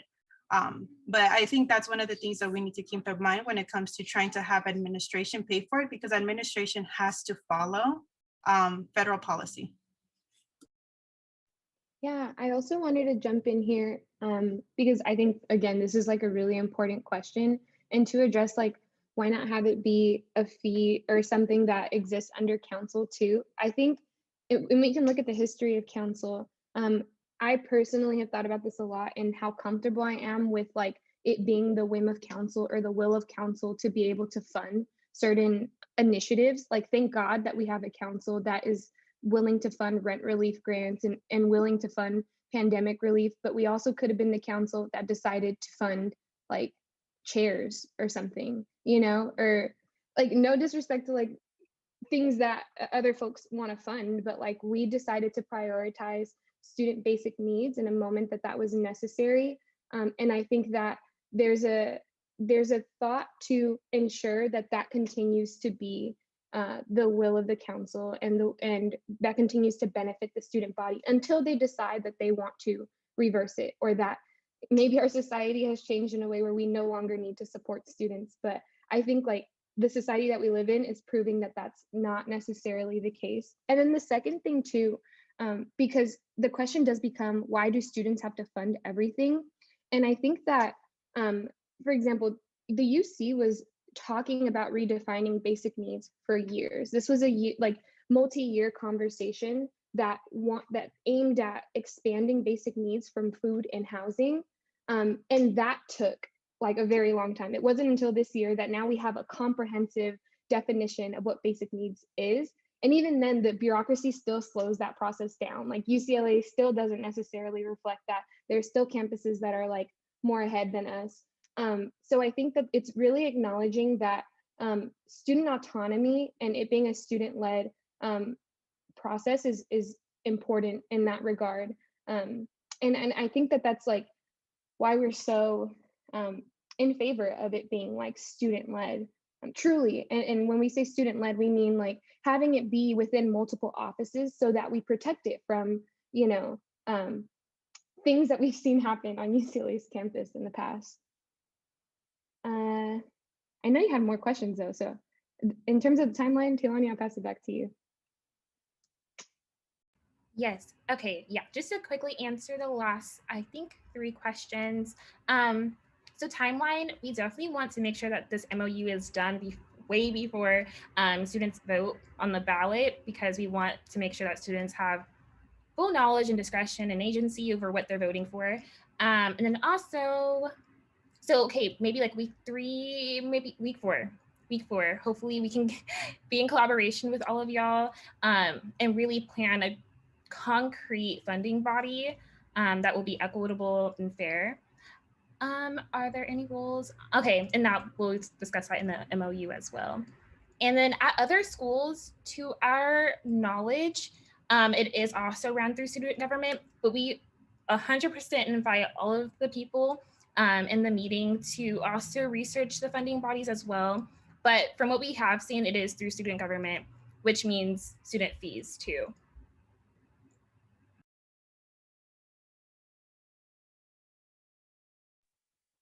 Awesome. Christina, did that answer your questions? Yes, thank you. Okay, cool. Noe.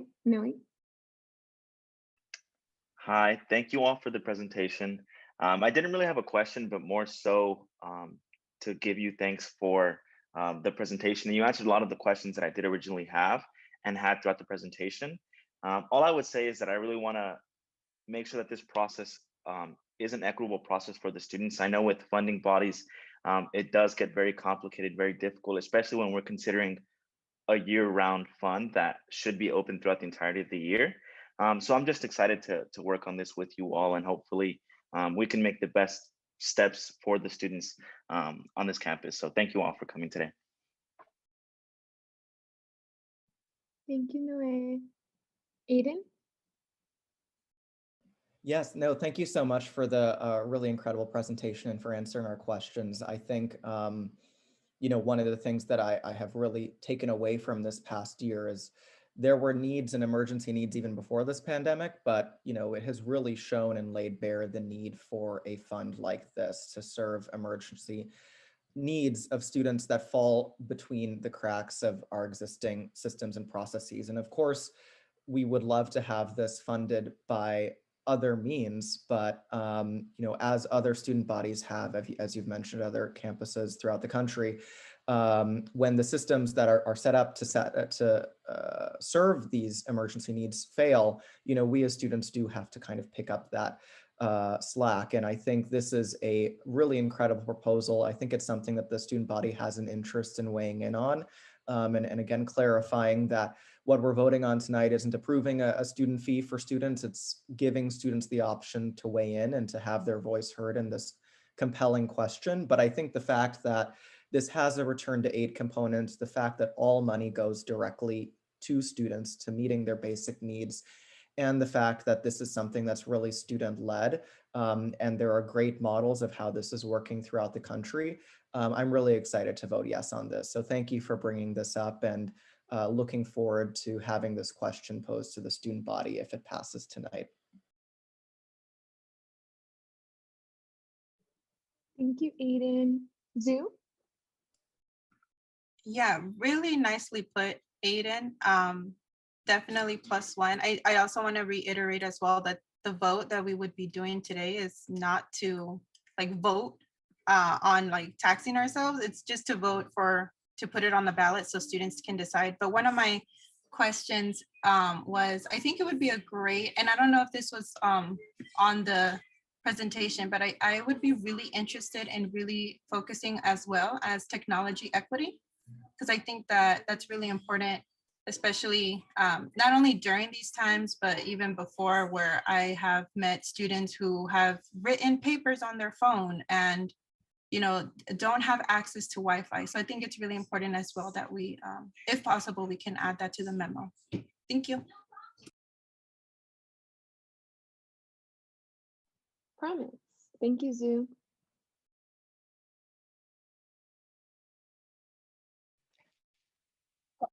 I don't know if my name is. Oh yeah, sorry. I said promise and then I said thank you, Zoo. Yeah. Thank you so much, Naomi. I think my Wi-Fi is lagging a little bit. Um, but also kind of wanted to reiterate like just how important this is, and just thank you all so much for like putting in the time, energy, effort, and labor into this referendum and like bringing this forward. Like this is extremely important. I think this past year, like Aiden was saying, like if anything we have learned, it's that these systems fail, and they fail us over and over and over again. And it's extremely necessary to have like institutionalized support that is there to at least give us some semblance of like cushion when these systems continue to fail. And like having something like this when a lot of students were facing like immense adversity while trying to also be students and not lose their financial aid, because that might be the only source of income they're able to have at the moment.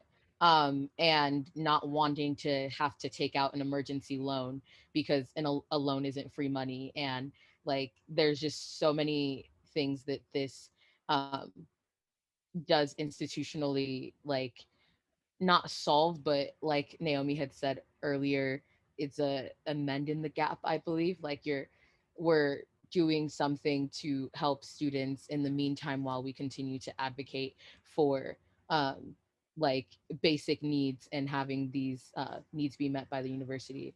So I'm just very grateful that this is here, and I really look forward to continuing to hopefully being able to work on this with you guys, and give it a vote of a yes from me tonight to get it on the ballot so the student body can also weigh in.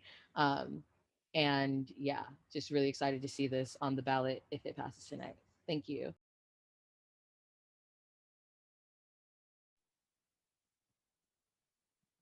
Awesome. Thank you, Promise, for those comments and for the reminders as well. Okay, so does anybody have any outstanding comments, questions? If not, oh, go ahead, Jessica. Yeah, thanks. I just had a quick clarifying question, because I think in the presentation you all mentioned that this funding would not impact student financial aid. And so I just wanted, I guess, clarification on that, because my understanding was that you would need to work with ECRT and financial aid to make sure that it doesn't have a negative impact. So I don't know. I mean, can you speak to that portion of it? Like how is your plan to administer it so that it wouldn't impact student financial aid packages? Or have you like worked with financial aid or met with them to get that kind of clarity, I guess? Yes. So when working with ASUCLA and financial aid, Roy Champawat had indicated that this would not impact financial aid, as emergencies are additional impacts that are already not calculated into the financial aid. So this would have no implications on financial aid. So it's important that as the implementation plan is developed, that there is a conversation with the financial aid office, with ECRT, just to make sure that the awards are processed by ASUCLA in a way that won't have a negative impact on the student's other aid package. It is going to be done through ASUCLA. You're not you're not transferring the funds to financial aid to administer, but do make sure you have that conversation. It would be unfortunate if an oversight in how it was processed led to a negative impact that wasn't intended.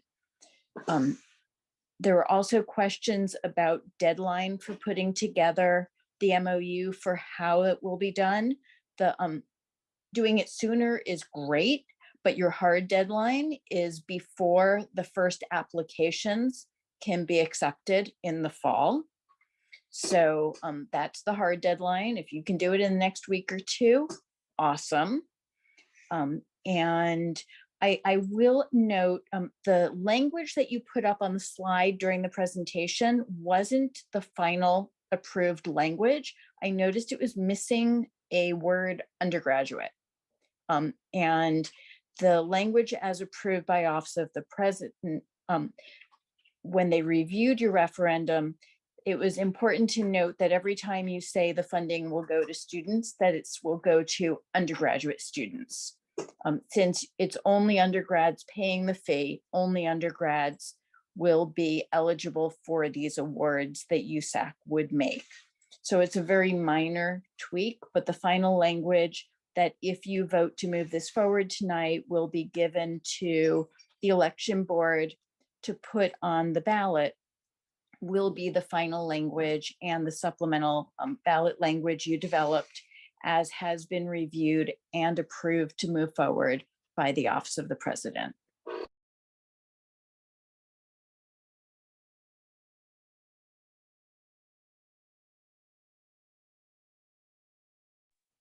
Yes, thank you for that clarification, Dr. Geller. And also, we for sure should update that too. So that way when we present it to other folks, we're making clear that it's not going to grad students, because that would be unfortunate if they had thought that that was for them and we wouldn't be able to fund them. So cool.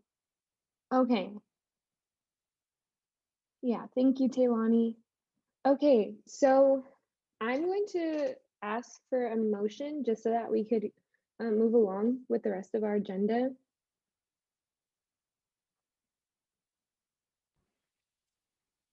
I motion to approve the addition of the birth referendum on the ballot. I second. Awesome. Promise motions, no way seconds. All in favor, please raise your hands.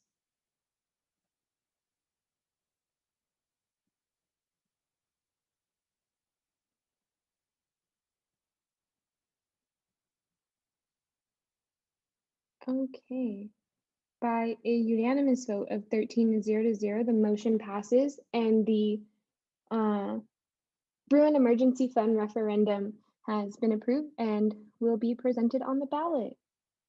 Thank you, everyone. And again, big thank you to the referendum team. Y'all are amazing, and really thank y'all for being patient with me in my comments. Awesome. Okay. Moving on to our next item on the agenda, we have the ISR constitutional amendment. So Bacher, I will turn it over to you. Okay, hi. I will be sharing the screen. Let's see. Okay. Okay, so we do have a few constitutional amendments. They're divided into different topics. And as you might already know, we started the student-led petition effort. We gathered until now about 1,000 signatures. And in a sense, that shows that there is a student interest in the matter, at least an interest in discussing this.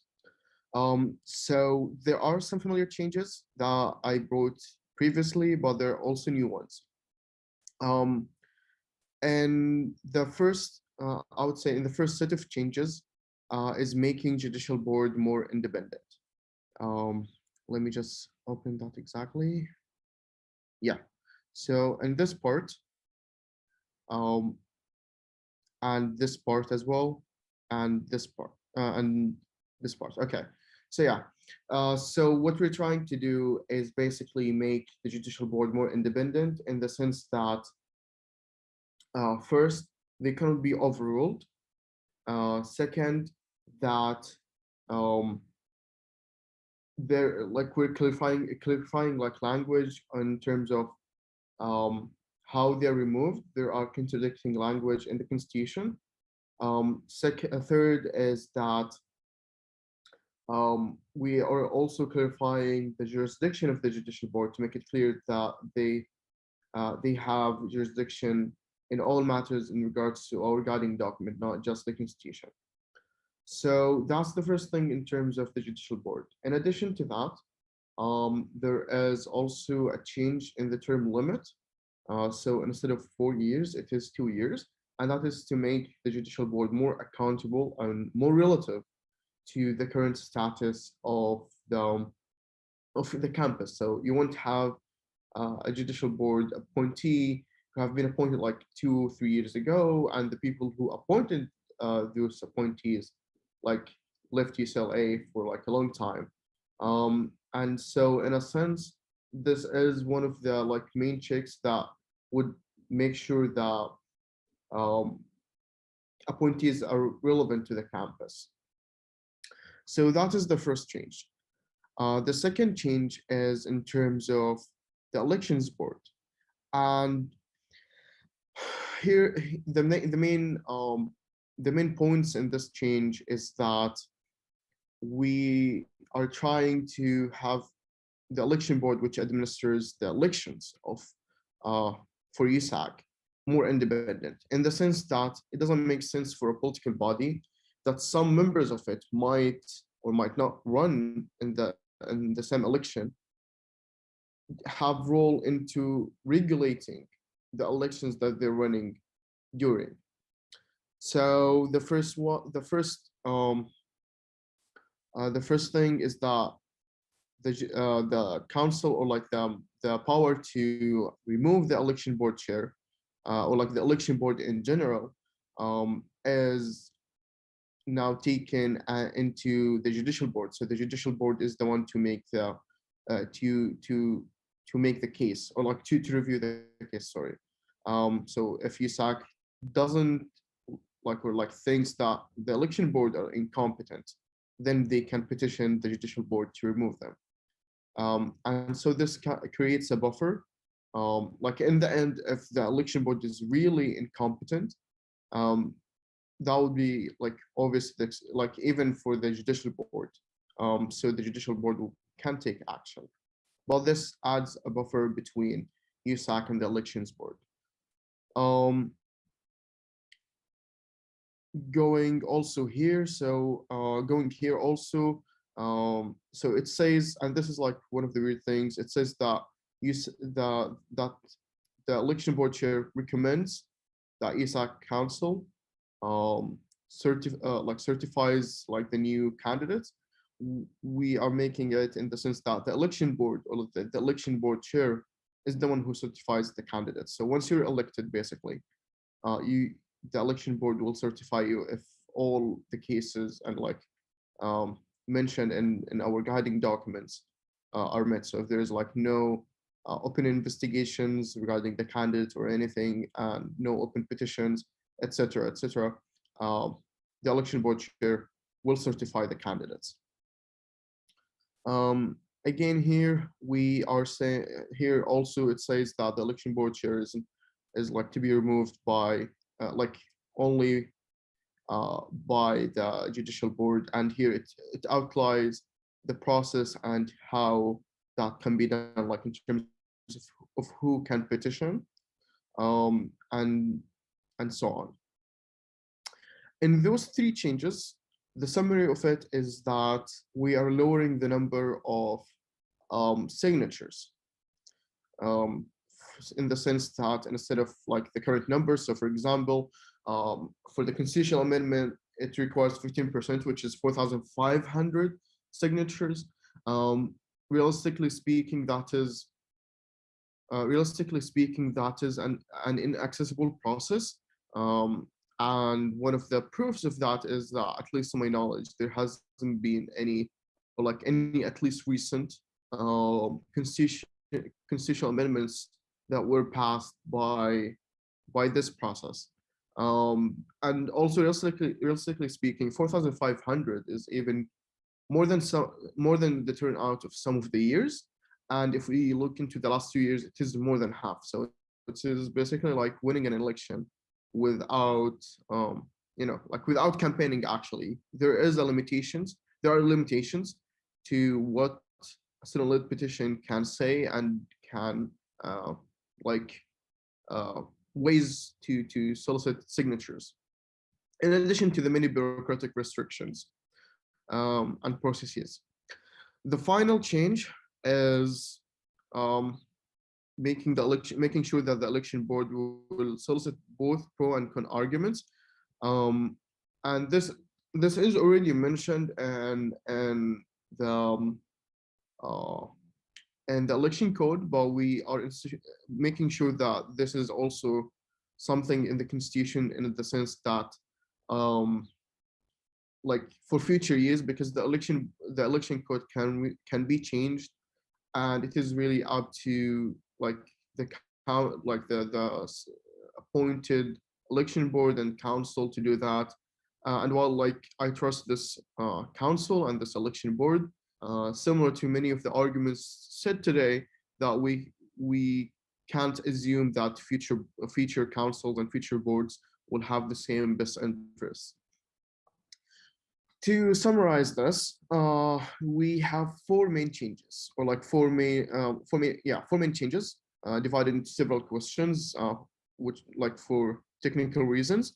The first one is making the judicial board more independent of USAC, and in the sense that they cannot be overruled, and some clarifying language. The second one is making the elections board more independent, in the sense that the removal is subject to to a petition to the judicial board. So in the sense that USAC can petition the judicial board to or like have a case against the election board. The third change is lowering the number of signatures to make the student-led petition process more accessible. And the final one is the soliciting of pro and con arguments for ballot measures. Feel free to, yeah, I'm done. So feel free to ask any questions. If I could chime in for a moment for Yes, definitely. clarification. Yeah. Throughout this document, those looking at it will see the dashed lines. Yeah. The section between each dash is a separate, if you approve it to move forward, becomes a separate ballot item to be voted on. So tonight you have to vote on each section in between the dashes.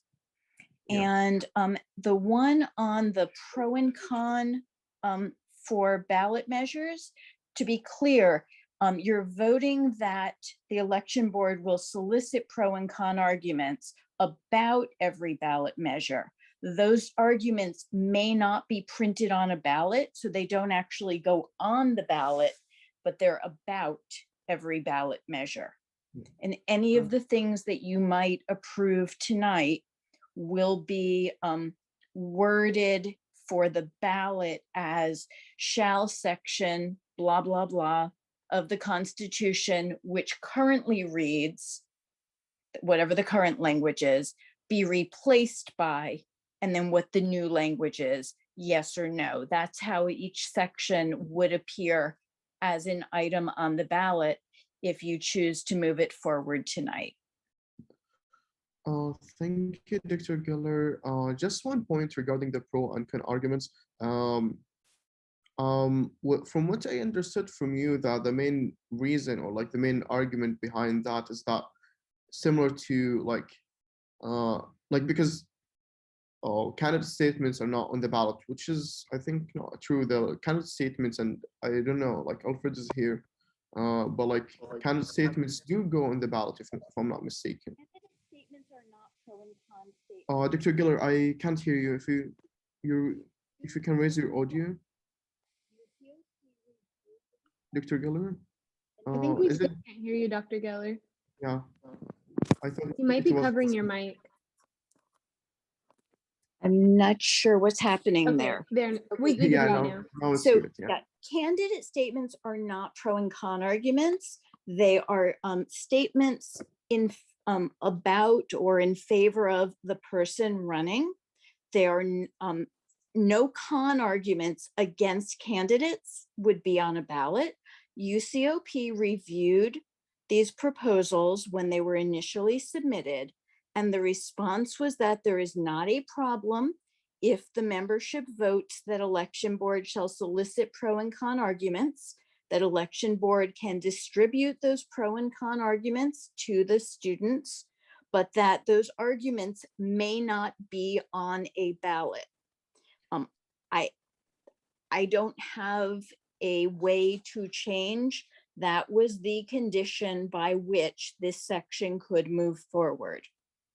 So Thank you. there is no con about candidates. No one is soliciting attacks on other candidates and printing those on a ballot. A candidate statement is not interpreted as pro and con statements written by third parties. Okay, so I will just reply to Dr. Geller and then we'll go to Sashi. But the first thing, I'm not really sure. I hope that you can cite the reasons, like exact reasons in terms of like policy, if there's a current policy saying against that, or like detail, because like even in like local elections, both pros and con arguments are presented. So this is really weird to me and kind of like surprising. So yeah, but I think that is like the details of that I think we can talk about. I will take like questions in terms of like council members. So I saw Sashi raising her hand first. Wait, actually, before Sachi goes, Yeah. Dr. Geller, did you want to answer that? I'm not the person who engaged in the review and made the decision. It was reviewed by the Office of the President, and their determination was that there is not a problem with the act of soliciting pro and con arguments and sharing them in advance of elections with the undergraduate constituents, but that they may not be placed on a ballot. The process when we have referenda, where with the supporting documents, which one might argue are pro arguments, is that language has to be reviewed in advance by Office of the President, just as the referenda language is. And then once it's approved, it may move forward. The candidate statements are not interpreted as pro and con arguments. And these are not civic elections. These are not local, state, federal elections. Any rules that might apply to what goes on a ballot. And actually you're mixing things. When you're actually going to vote on a ballot, if you go to cast your vote for the presidential election, you're not seeing pro and con statements on the ballot.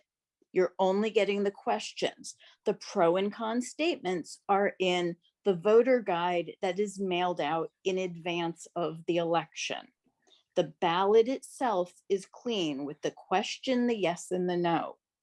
And we're too close to the election to have the time to gather pros and cons, send them all to Oakland for review to determine what may or may not move forward. When they are reviewing supplemental language for referenda, they're looking to make sure that all facts that are cited, all data is actually cited and is accurate, and that the supporting language is based on fact. And that's what would be expected in these pro and con arguments before they're circulated, to make sure that they are anything that alleges to be fact, it actually is fact, and that there are no attacks that might be interpreted as anything discriminatory.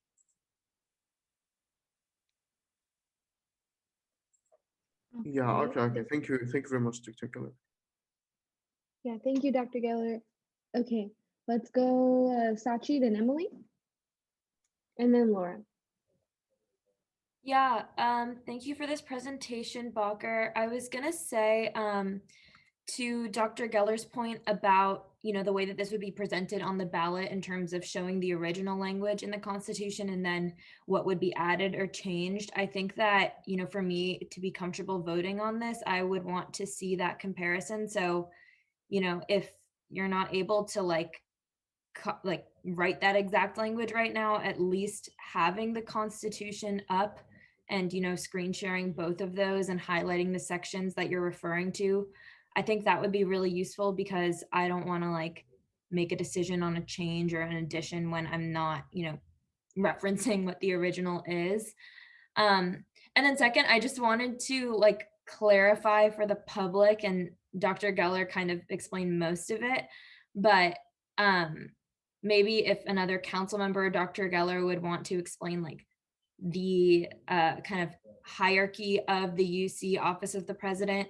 I also wanted to make the point that it's not the USAC Office of the President, it is the UC Office of the President. I can see how that is an important clarification.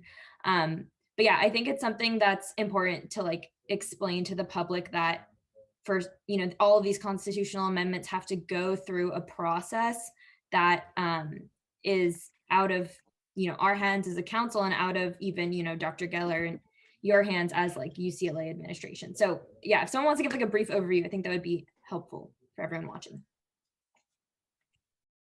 Hi. Okay. Before we maybe Dr. Geller or someone from administration goes through the overview, just to point out, so and this is a mistake on my part, the way to read those changes is as follows. This is the full language. So this is, for example, this is the full language. The parts inside the square brackets are words added. Whenever you see in this case, you see normal brackets, that means it is language being taken. So you are viewing the full, when you see this is the full language. The parts where they're removed and or added are indicated.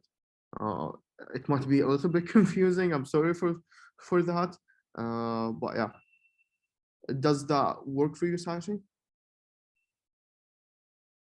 I mean, personally, I think it's just really hard to read, but I mean, I think that if we're going through these one by one and you want to kind of highlight as we go along, I personally am okay with that. I don't know how others feel. I also wanted to add too, I forgot to say this, if Bacher / Dr. Geller, when we're going through these again, if you could also kind of give us some insight as to what, if any, discussions there were at the UCOP level, just because that's important insight. I can't share what their insight was because I'm not at the table when they do their review. I can tell you that with the exception of the reduction of the term of judicial board, that was never submitted to me in advance. So that has not been reviewed or approved by the reduction of judicial board from 4 to 2 years. That is new, has not been reviewed. So it has not been blessed. And everything else that's here was reviewed. The only feedback that was provided as a condition was that the pro and con language may not go onto a ballot and needs to be reviewed by administration before being circulated. to make sure that any statistics have proper citations, and there's nothing in there that purports to be a fact that isn't supported by a citation, and nothing that would be considered discriminatory or otherwise in violation of policy. Yeah. Okay, So is wait, actually, Bacher, I would prefer it if, is the same question. Yeah, go ahead. okay. Go ahead. Okay, I thought you were gonna ask it. Yeah, so yeah, my apologies on this because this was like recently added. So will we still be able to vote on this or not? It has not been reviewed. And there isn't time at this point for a review, which would mean if it's voted forward tonight and it's voted on the ballot, implementation would be subject to kind of a post review. I don't know if we would have time to get a review done before election day. But like I we am can not vote on it. aware of a problem in it. I will say that looking at it on its face, I don't see a reason it would be problematic if it's voted forward. Okay, so so can we vote on it then? You can. Okay. And Okay. Go ahead, Dr. Geller. Yeah.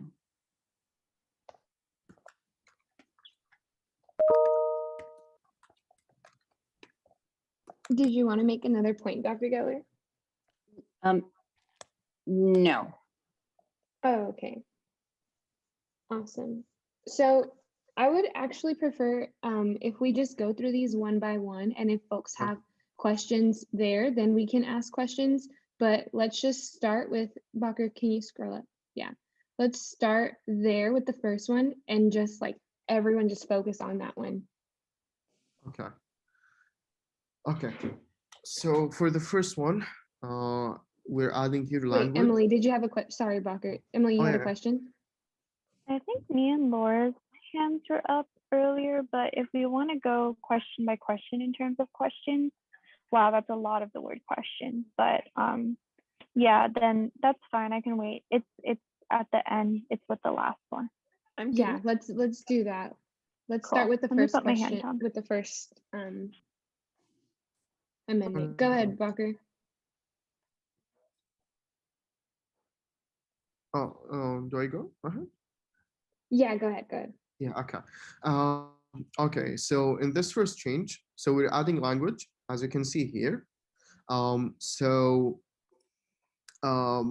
We're saying that this language originally says that any officer can be removed, like any appointed officer can be removed by USAC, and that's it.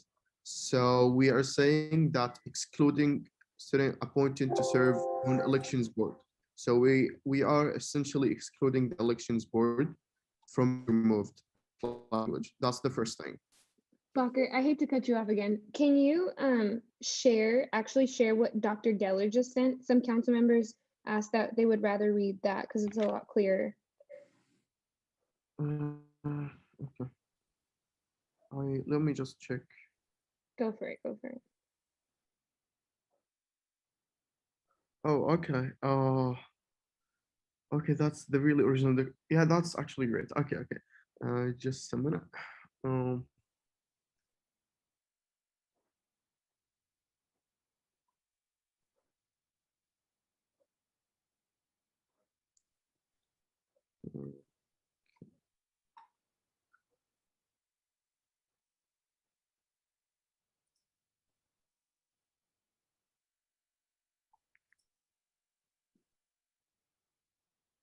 While he pulls that up, I will note that anything you put forward, the election board will be doing minor edits of this. The ballot does not support the red and the strikeout. So they do have guidance on how they would make it work on the ballot, but it would essentially be what you see here. It would be showing what comes out and what goes in. Okay, yeah. Awesome. Thank you, Dr. Giller. So And there may be just some items here in this document I just circulated. This is an earlier version. So there may be some items in this document that are not on the table tonight. yeah, just to note, so two things. The first one, there is a part about surplus that is not included. The second thing is that please remind me if I forget the additional change for from 4 to 2 years. That is also not included in this document. Okay, so yeah, okay, so the arrangement has changed. Okay. Um, so in here, again, this is what's being added. So we are saying that election board members, like appointed election board members, are excluded from being removed. Um, and then also here saying that they can be removed, but for cause by the judicial board. So this is the first change. Do we have any questions? Um, Sashi. Go ahead, Sachi. If we could allow me as chair, sorry, to call on folks that way Yeah, I can definitely. continue to Yeah. control the order. Thanks. Yeah, so for this question, I just want to ask more specifically about the role of J board. So let's say, for example, an e-board chair like completely just doesn't do their job, like just isn't showing up. Something that, council unanimously and the student body would notice when elections came around. How would one go about bringing a hearing to the judicial board? Like what specifically would have to be done to remove an e-board chair that's, not doing their job very clearly through the judicial board? Yeah, that's a really great question. So two things. The first one, spoiler, this is included in one of the later on amendments. It is, I think, which one? It is in here. It states like how. Okay, I will just show it just to answer the question. So any student who is harmed by the election board or like implicated by that, also like council, it is just like a normal case of council. Just when you petition the judicial board to look into a case, you do the same. You petition the judicial board to review this, to remove the election board chair. So it is like just any normal case. Did I answer your question, Sashi? Can I just ask a quick clarification? Yeah, Go ahead. Thanks, Naomi. So in the case that, let's say, Amendment 1 is put on the ballot, and I forget what amendment number you just showed, but that, follow-up amendment is on the ballot and it's not passed, what would we do in that case? Like as a council, and maybe Dr. Geller, you could provide insight, what do we do when we have these kind of conditional amendments that are still voted on individually, but depend on each other for validity? Actually, there isn't really anything in here that depends on anything else. Those that do have been grouped together. So the inability for USAC to remove someone from election board is not driven by anything else. If you were to vote this one on the ballot and it failed on the ballot, or if you voted not to move this one forward tonight, then the result is that USAC retains the ability to remove a member of the election board for cause. It doesn't change that the judicial board is still there to do what it does now. The Amendment 2 doesn't give them the authority to remove members of the election board. So they've all been reviewed with the intention of making sure that they could stand alone and they would not cause conflict if some pass and some don't. So I want to like just point something that this like grouping of like amendments, it wasn't done by us or like specifically me. Uh, I think this is advice of Dr. Giller, and I'm not sure if UCAP had any hand in that, but this grouping like is like is not something I did specifically.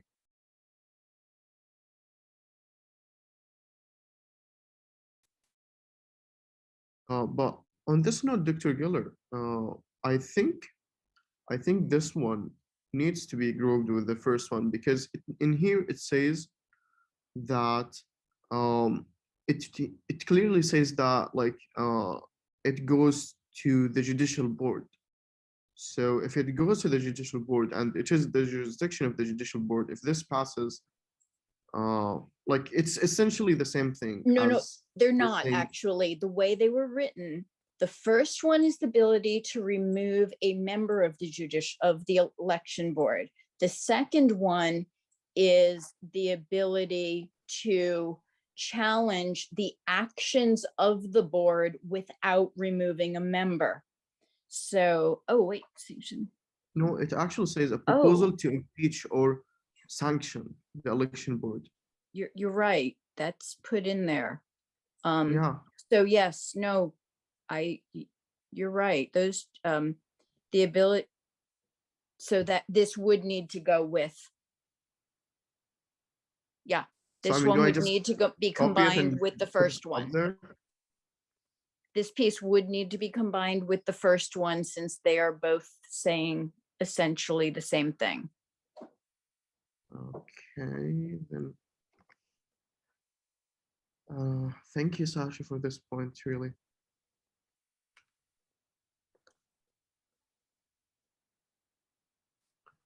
Okay. So yeah, I think now this makes sense. I'm not sure why it's like not centered on the language. Okay, can you present it one more time? Okay, definitely. Okay. So in the first one, we have here language saying that the election board chair is not to be removed by council. So it excludes the election board, sorry, not the chair, the election board in general from being removed through the normal process. Here it says that once the city have been appointed to the election to the election board, they can only be removed for cause by the judicial board. In here, it details the process. You can here read it, or like I don't know. I don't think you want me to read all of this, but like here's the language. It basically says a proposal to impeach or sanction the election board and or members of the election board can be brought forward to the judicial board by the members of the associations who have standing to sue. So not like any member, but like members who have standing to sue. An individual, and here it basically says who have standing.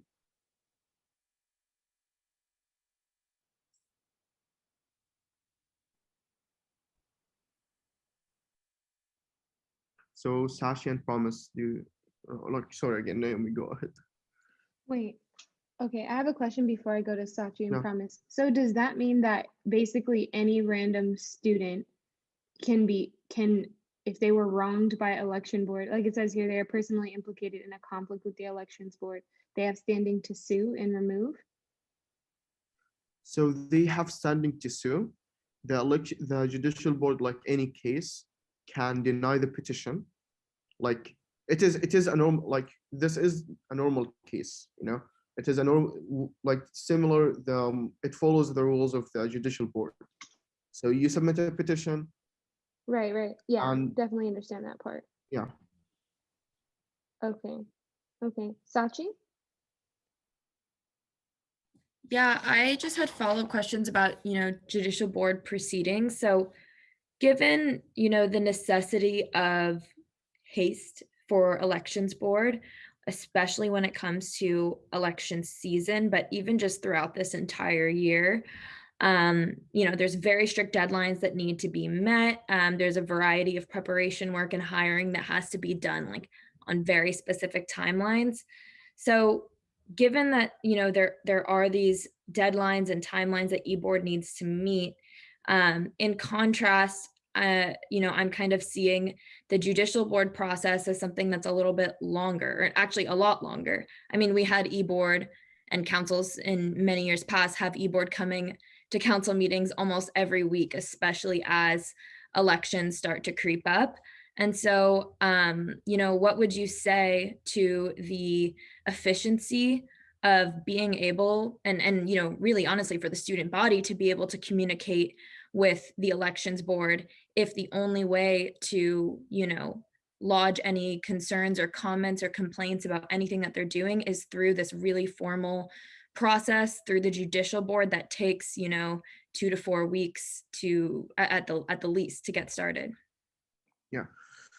Okay. So I'm gonna start answering that. So the first, in terms of like feedback and lodging complaints and etc. That or like okay. So for general feedback, nothing is changing. We're talking about formal complaints. So if you think that the election board really crossed the line, harmed you, did something against the guiding documents, are incompetent. So we are talking about like formal complaints. But normally USAC feedback, that is not changing. Uh, like, and in the end, it is a collaborative like relation. The only difference is that, or like the only difference here is that we are taking the power to remove the election board by USAC. That's like solely by USAC's, let's say, uh, decision. But like the normal like you'll obviously Alfred will not be here next year, but like election board chairs will come as often as every year. Um, so that's in terms of like normal feedback and the normal workings, the other processes of the election board. Nothing will change those. That's the first one. In terms of the efficiency of removing the election board, like comparing it, like comparing the normal current process, which is like the hearing and etc., with the judicial board process. The hearing, we in both cases we need to have the hearing, and we need to have the proper notifications in both cases. So it is the same in essence. Removal. The main difference is that who is heading that process? Is it USAC or is it the judicial board? The only difference I would say in the process is the 2 to 3 day window like you submit the petition, then there's 2 to 3 days window to accept or deny the petition. That's the only difference. But from there on, it is the same process. The only difference is that USAC, whether it's USAC or the judicial board. And so I think 2 to 3 days. I know that elections have many deadlines, and it's really, a complicated process. But 2 to 3 day difference is like, I don't think it would be incremental to the whole process in general. I hope that I answered your question. Awesome. Promise? Yeah, thank you. So I guess what I have to say is like a statement. I'm not sure if it's something that you can also like speak to Bakor, but something that what doesn't necessarily sit right with me about this amendment is the fact that council is making the appointment for election board's chair, and council is voted by the student body, and then council does not have any power in which to like regulate or hold accountable that appointee, without having to go through the judicial board, which is another body that the student body does not vote in, vote in via the elections. So I think that there is an issue in like routing, like essentially taking away the power of who the student body has decided to represent them, um, from being able to take action when if they or when and if they feel like, let's say, the election board chair is not performing their duty correctly, or when things like Sachi had stated, with like the various time crunches and like the various tight schedule and like tightly planned different things that need to occur with election and e-code. Um, and if a election board chair is not performing and not doing their job, it would be like, and council is responsible for them being in that position. Council should be able to write that error if there needs to be writing that error without being stuck in a long judicial process, especially if there is like due cause. I can understand the fear of putting the power in council to regulate an election that they could possibly have a stake in. But I think here in the fact that the student, like, we are representatives of the student and we're elected to be representatives of the student. This in a way takes away students' ability to have, like, to be able to come to us as their representatives and hold us accountable in order to hold those people that we then appoint for them also accountable. So I think taking this away would be egregiously not, like, I think it just would be an egregious error, and would like have very not great ramifications for the future when again we'll see that systems do sometimes fail and we need to be able to like fix those system failures without having to be stuck by like behind bureaucracy to fix them. So that's my statement. I don't know if you have anything to say to any of what I've just said, but Yeah, that's, yeah. yeah. Really, really thank you for your statement. And you raised really great points. The first one, my first point here is that um, in the process itself, like we are only talking about like removal and like sanctions, and those are like serious things. Many, I believe, many of the normal USAC election board interactions wouldn't go that far. The only, like, you would go that far if there is like serious incompetence, serious incompetence and serious like disregard to our guiding documents. Um, and in that case, even under the current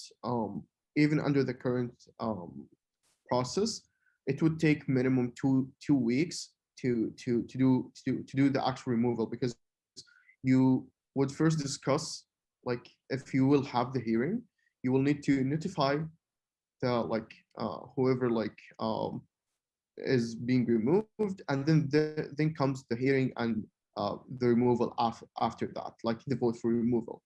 So it is potentially two council meetings. Um, and if we, so that's the current process, if I'm not mistaken. And this would be similarly the same process because it is also a hearing by the judicial board.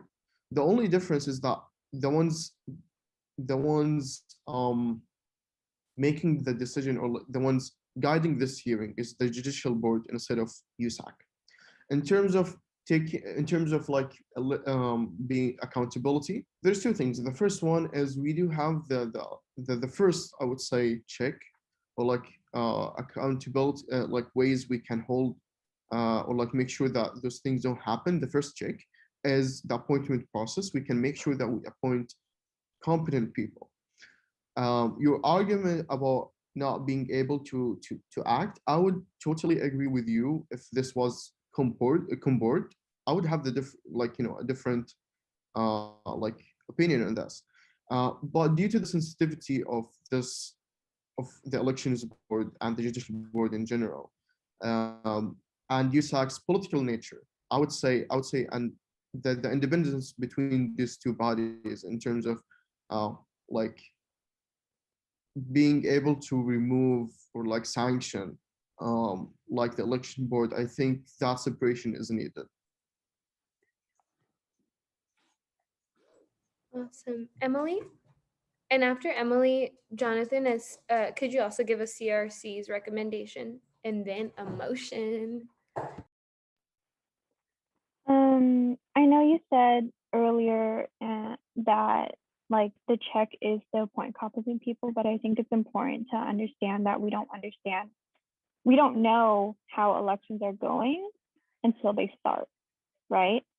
And then, so back to my actual question, I just wanted to ask or say that I don't understand how eBoard is supposed to be able to do their job if this is put forward and they're being sued left and right by students who feel like they've been harmed or that they've conflicted with the election board or that there is a dispute between two individuals that don't even involve elections board.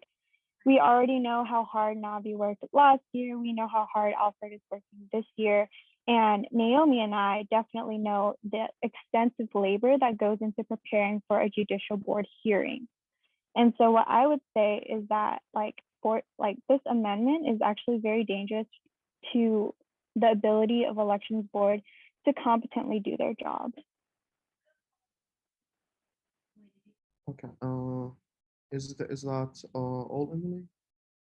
Yes. Sorry, not Aiden. Jonathan, would you? No, but can I answer that, please? Oh yeah, go for it. Yeah. So okay, so two things. The first one is that in regard to your first point that we don't really know until the election starts. Here's the thing. The election board really works from the time they're appointed until the end.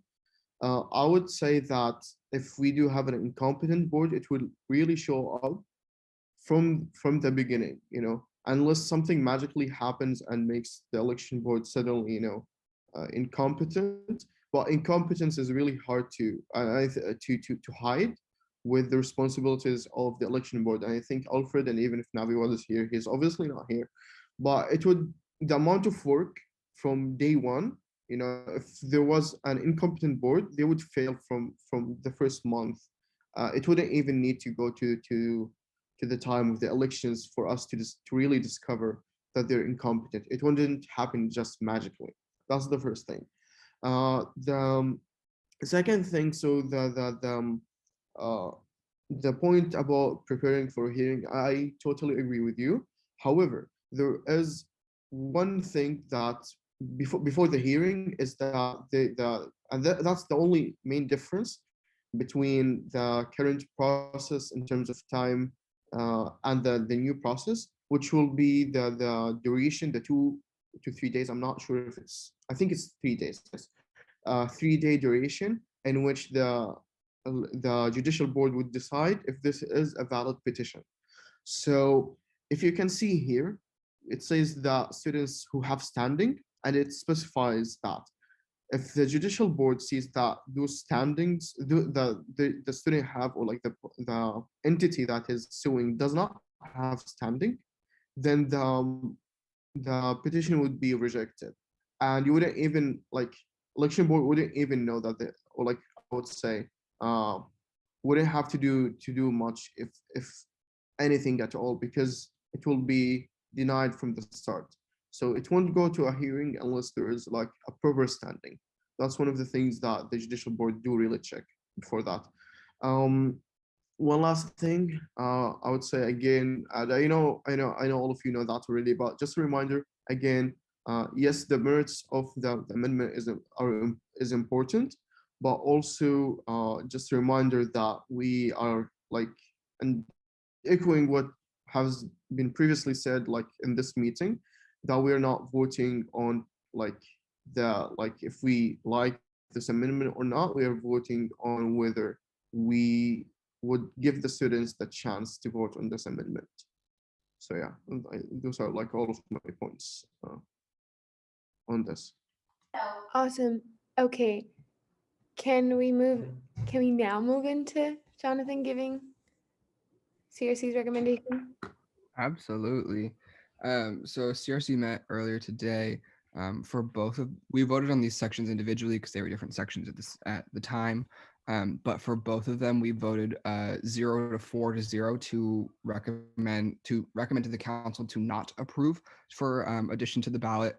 Speaking for myself, these should not. I do not see these things as something that should be put on the ballot, because the elections board is a council entity that derives 100% of its power, authority, and funding from the council, and in turn should be subject to the council's jurisdiction as any other council entity would be.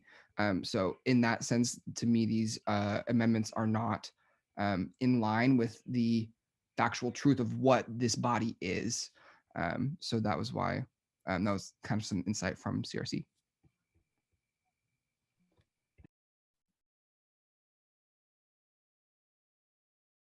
Okay. Would anyone else from CRC like to comment or a motion? Go ahead, Aiden.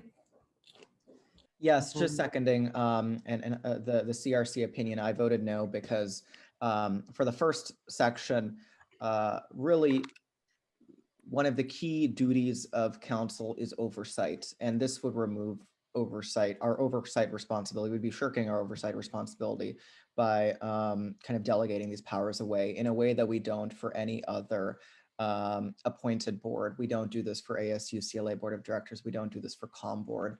I don't see why Elections Board should have a specific exclusion. And then for the second one, there are 30,000 undergraduates, there are 45,000 members of the association.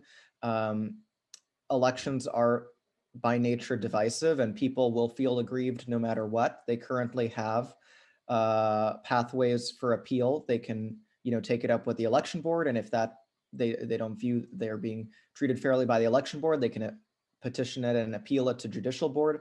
There are currently pathways for grievance, and I think this would open up that grievance process to an untenable height where lots of folks can file, and it would just be an administrative nightmare, I think, for elections board or for judicial board. So that's why I voted no on both of these. Walker. Hi, okay, I will keep this short. Regarding what Jonathan said, actually, election board doesn't derive its powers from council. In our constitution, it is a separate entity, just like COM board and just like judicial board, just like SCCLA board. It is a different. It is really independent body. So it is not like a committee or something sprung out of council. That is a really important point. Yeah, Jonathan, not Justin. Sorry if I misspoke. So that is my first point, and second point is that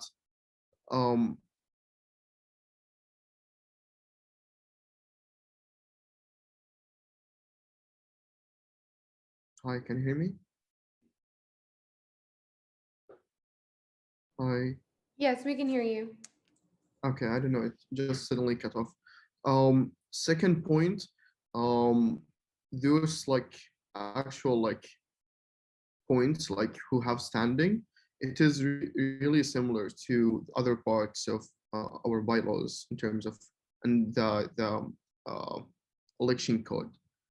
So it's not really opening anything to it's not opening it wide to anyone. Still, you need to have standing to serve. So yeah. Okay. Can I get a motion?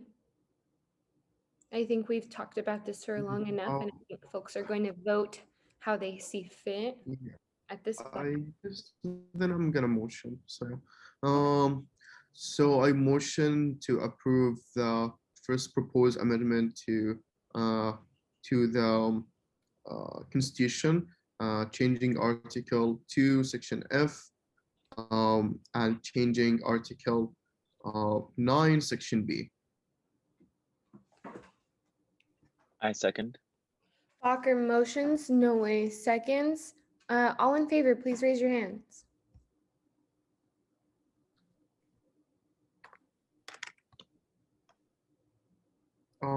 I don't think I can raise my hand or something, but I do raise my hand. Okay, awesome. All against?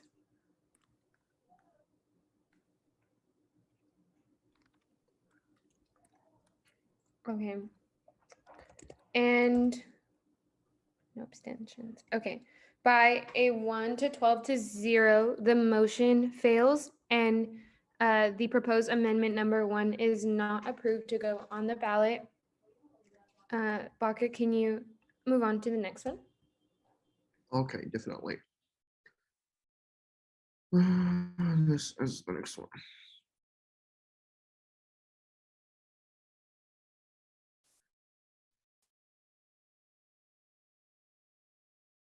Okay, so this is effectively deleting this point. This is a really quick thing. So this is basically, okay, how to really explain this. Again, Dr. Giller, I don't know why this was divided in this way, but like, anyways, the logic of this, like the two really works together, at least in terms of our logic.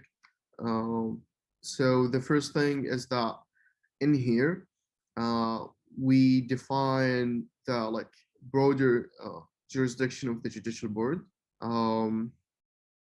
So we say that the judicial board shall resolve any disputes related to the implementation and enforcement of the guiding documents in general of the undergraduate student association relating to actions taken or procedures adopted at USAC meetings. So here's like basically we're widening the jurisdiction. In here, we're just removing in what we believe a redundant language to this one. And also, we're not making it on the. So basically, to summarize this, any person can raise like a case if they dispute one of the proceedings of the USAC meeting, or like any of the actions taken by USAC. Bacher, can I just jump in really quick? The document that I was given for CRC's review has different language than both of these. Just so you know. Okay, let me go to that then. Well, I think if the document that was being presented earlier is the one that would go onto the ballot, I'm a little bit concerned about the difference between the constitutional amendment that was given to CRC to vote on today and what would go on the ballot. I don't think that's being very transparent, to be honest. Okay, just let me figure this for a second.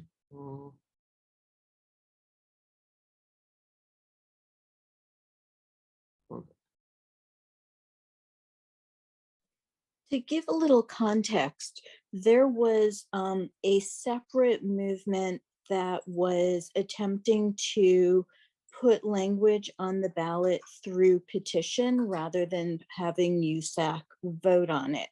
That language was submitted with sufficient time to go through the administrative review process. And that's what became the document you see here in front of you. The language that was submitted to CRC was not submitted for administrative review, and it's not identical to what was actually reviewed and blessed to move forward. Okay, Dr. Giller, here's a problem. So the language I put in the CRC form is from the same petition that election board approved for circulation, which was supposedly based on the language approved that we submitted to you and approved. So I'm not sure. I think there was a disconnect because like the way I'm seeing, I'm taking the same supposed language from the form, the petition, which is supposed to be taken whatever was submitted and finalized. You see here, so I think there is this division in between between petition being approved and circulated by the election board and by this document.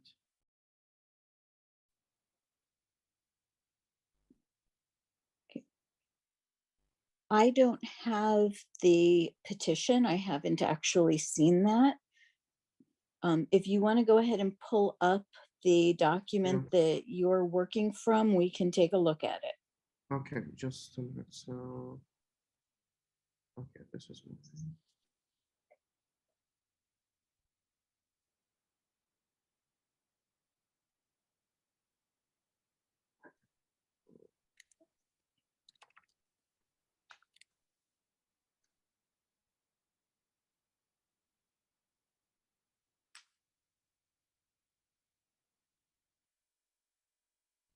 Okay, I'm just gonna sign to my UCLA account for a minute.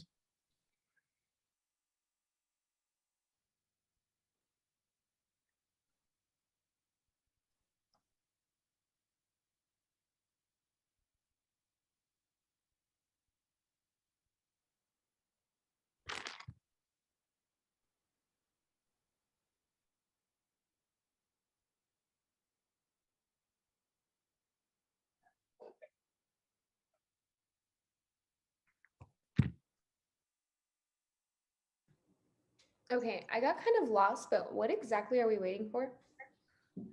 Okay, okay, so the figure is asking me to pull out the form that I was working from.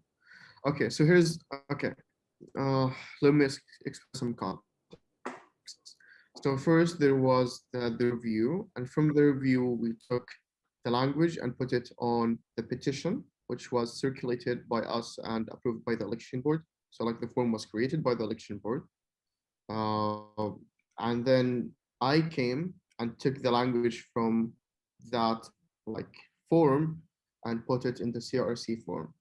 So in theory, the language I'm presenting should be the same as the language in the form, same as the language in this document. Definitely my language is the same as the one in the form, but like I'm not sure why it's not the same as the document Dr. Giller shared. Um, so I'm sharing my screen right now again. Okay, so again, this is the form going down.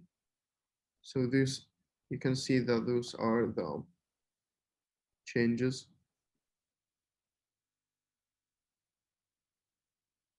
Which ones are the ones that we are looking at right now? This is the same as the one in the CRC form I submitted. Okay, okay. And Dr. Giller, I think, I don't know, like, but is Alfred here? I don't know if Alfred is here. Wait, why are we But going on Alfred?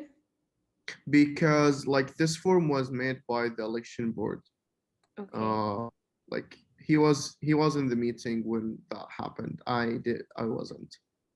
Okay. So this is So supposedly from, yeah, go ahead, Naomi. I was just going to say, I just feel like we're kind of going in circles and like I think we should either, I'm not sure what form or how the council wants this to be presented, but I think it should be presented. And then I think CRC should give their recommendation. Folks can ask questions and we should like quickly move into a vote. Because I feel like we're losing council members at this point. Yeah, I mean that's the plan, but like the only difference is that, okay, here's the question. So do you want me to go through the CRC one or the one that Dr. Giller sent? I would say go through whichever one is approved to go on the ballot. Why don't you work through that document you just put up, which was the petition, take those questions, present the ones that you put forward to CRC, and go through them in the order that they're on that petition They are the for same, just Dr. the ones Giller. you gave to CRC. Yeah, so the form, okay. The form is the same as exactly the same as the CRC one, just excluding the surplus. Okay, so let's go through that one then. Okay, sure. Okay. So this one we already went through. Okay. Aiden would like to make a comment. Go ahead, Aiden. Yeah, I'm a bit frustrated. I think because we have to follow due process in having the CRC review and make a recommendation. on constitutional amendments before they come to council. And from what I'm seeing, it seems like the constitutional amendments we're being asked to vote on are different than what was brought to CRC earlier today for us to make recommendations on. So because of that, I am uncomfortable voting on any of these tonight until that can be resolved. If we do, I think we could open ourselves up to some sort of judicial board challenge after the fact if a student were to say we did not follow our own bylaws in approving these constitutional amendments. For that reason, I'm going to motion to table this for tonight. Just to, I don't know if I'm like, can I say something here? Yes. Okay, so far, yeah, so far what everything we voted on is the same like as the CRC one. So we voted on this one, like this is the CRC form. We first voted on this. Okay, and yeah, and this one. So until now, we are following the CRC form. Even so, I would like to ask the chair to bring this motion to a vote. Okay. 1 second. I want to table. Emily says I want to table at least the one that was presented to CRC in a different. I also do need a second. I second. Okay. So we are going to, Aiden, could you be a little clearer? Do you want to table the entire conversation or just the ones that were presented in a different format to CRC? I would like to table the entire conversation. I don't think we're going to find a resolution on, what proper information we're working with tonight. And ideally, I would like to see a more clear-cut, kind of ready for prime time level of constitutional amendments by the next time we're asked to vote on this. Okay.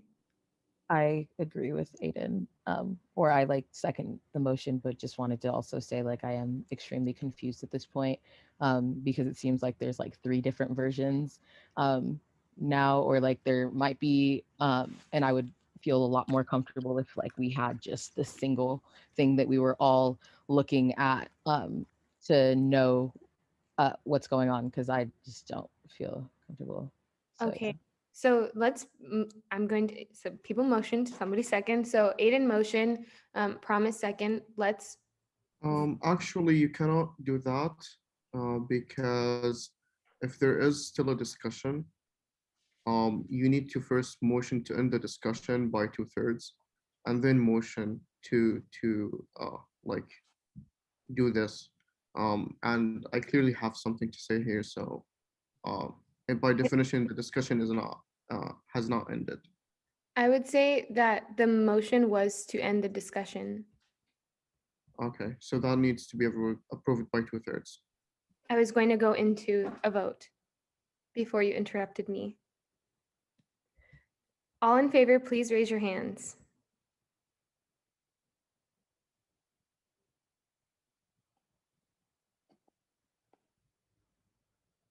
Okay. All opposed?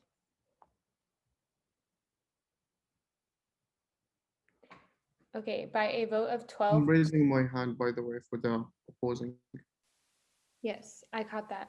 By a vote of 12 to 1 to 0, the motion is approved, and we will be tabling this conversation until next week.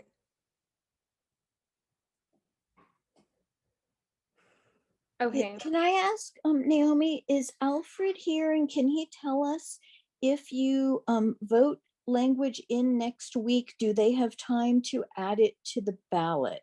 It was my understanding that this was the last opportunity to begin the programming of the ballot. Yes, I can answer that. So for all council originated ballot propositions, today is the last day. For student-led petitions, we granted an extra extension until April the 11th. But for council, it's after this week, it's over. And my UCLA will not be, and we will not be able to accommodate it.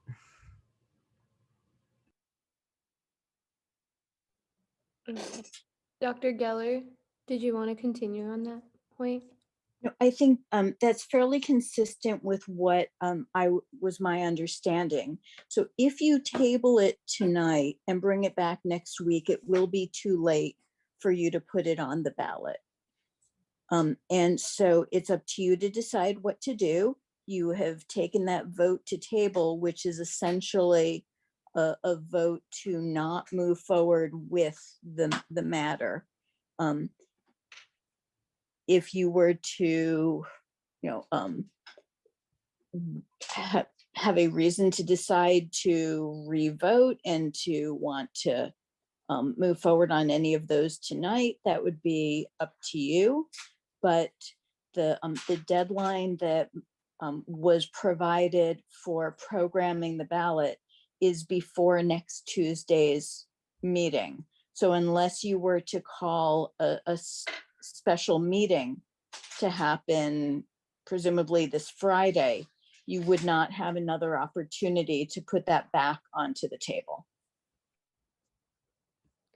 Okay. I'm just a little frustrated at this point because I think a lot of the council members that voted yes knew that we were going to be tabling the entire conversation. And I also understand that we are, from my understanding, it seems as though we're going back on that. So again, I just need some clarification as chair. It's very difficult to keep up with all of the thoughts and emotions that are running through the room. So I'm seeing from Justin that we don't want to table. I'm seeing from Emily that we want to focus on the ones that were different and still proceed with the ones that were presented to CRC so that we can follow our bylaws.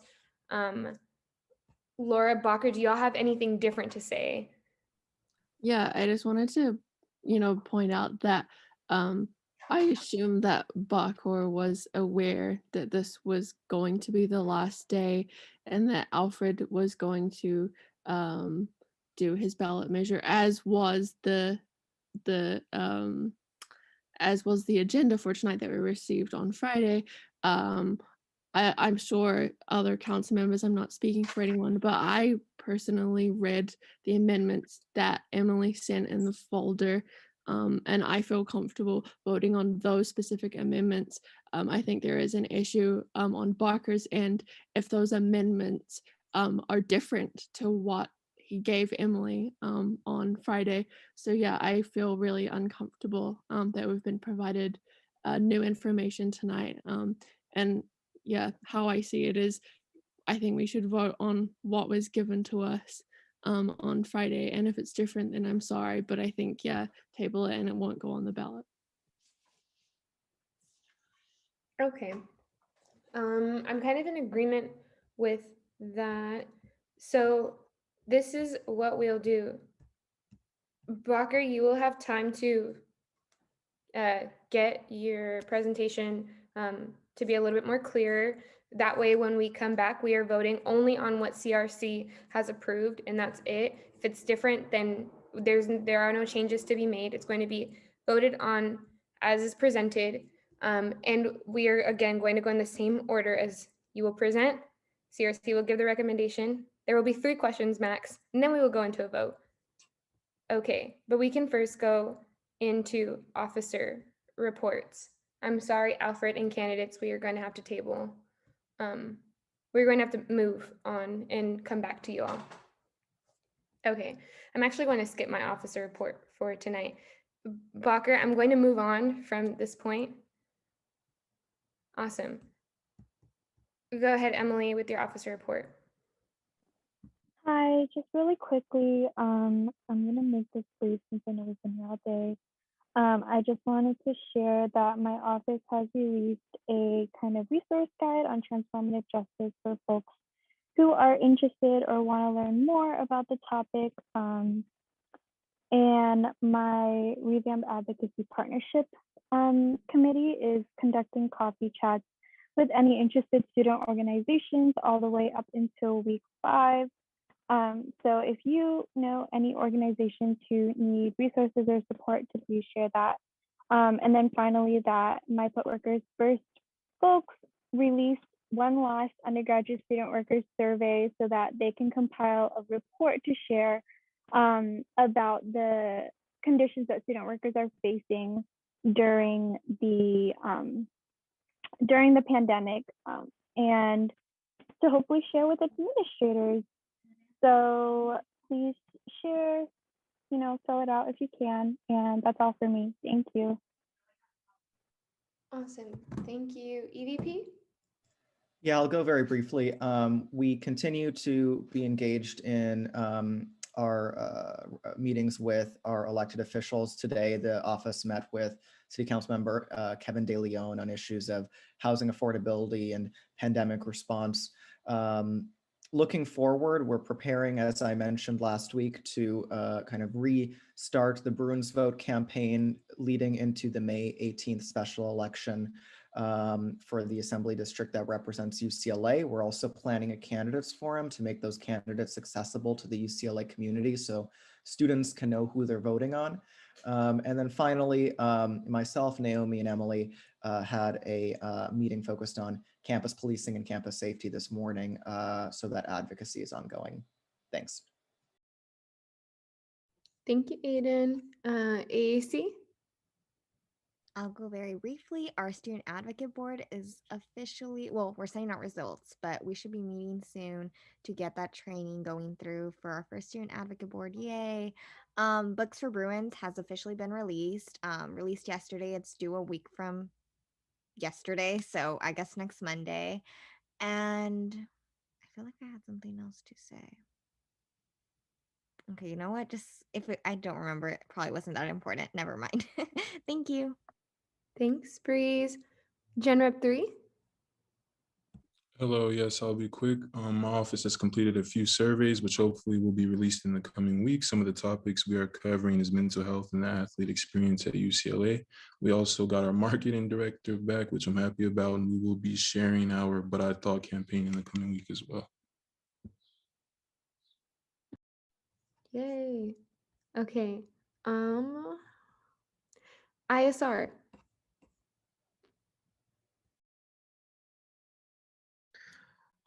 Hi again, everyone. So we are having our listening session tomorrow for student affairs with student affairs and representative from the academic senate. So if you're an international student listening to this, please come or like submit your questions through the forum. Thank you, everyone. Awesome. Jessica? No updates, thanks. Thank you. George? Sure, I do have a couple of updates online. It's a little break. So a couple of things that I've just seen from my emails, which are very interesting to me, which I think means it will be interesting to you. A good friend of mine graduated in 2009, Sarah Nguyen, owner and creator of Nguyen Coffee. If you there's out there. The Alumni Association will be having a spin share event with her on April 10th. So I can send you all some more information on that. I also want to present the amazing support letter in addressing Asian American youth that diversity alumni networks have worked on together, and it was released last week. I could also send you all that as well. Overall, a lot of the diversity networks have been very, I'd say they've just been talking a lot about how current cultural digest is happening right now and fighting the unfortunate racist attacks against the Asian American community throughout the nation. So please take a look at the letter. And then lastly, we are having a series to talk about the Asian American hate that's happening from the Asian Pacific Alumni Association. That will be happening on April 6th. I can send you all this via email by tomorrow, but it seems like the diversity alumni networks are really busy. But of course, these events are open to you all, especially since it's all virtual. So there's no opportunities anyways. Y'all are definitely welcome to join here and also provide your input as well. That's it for me. Awesome. Thank you, George. Josh? Nothing for me. And Dr. Geller has stepped off, so nothing for her. Thank you. Fernando?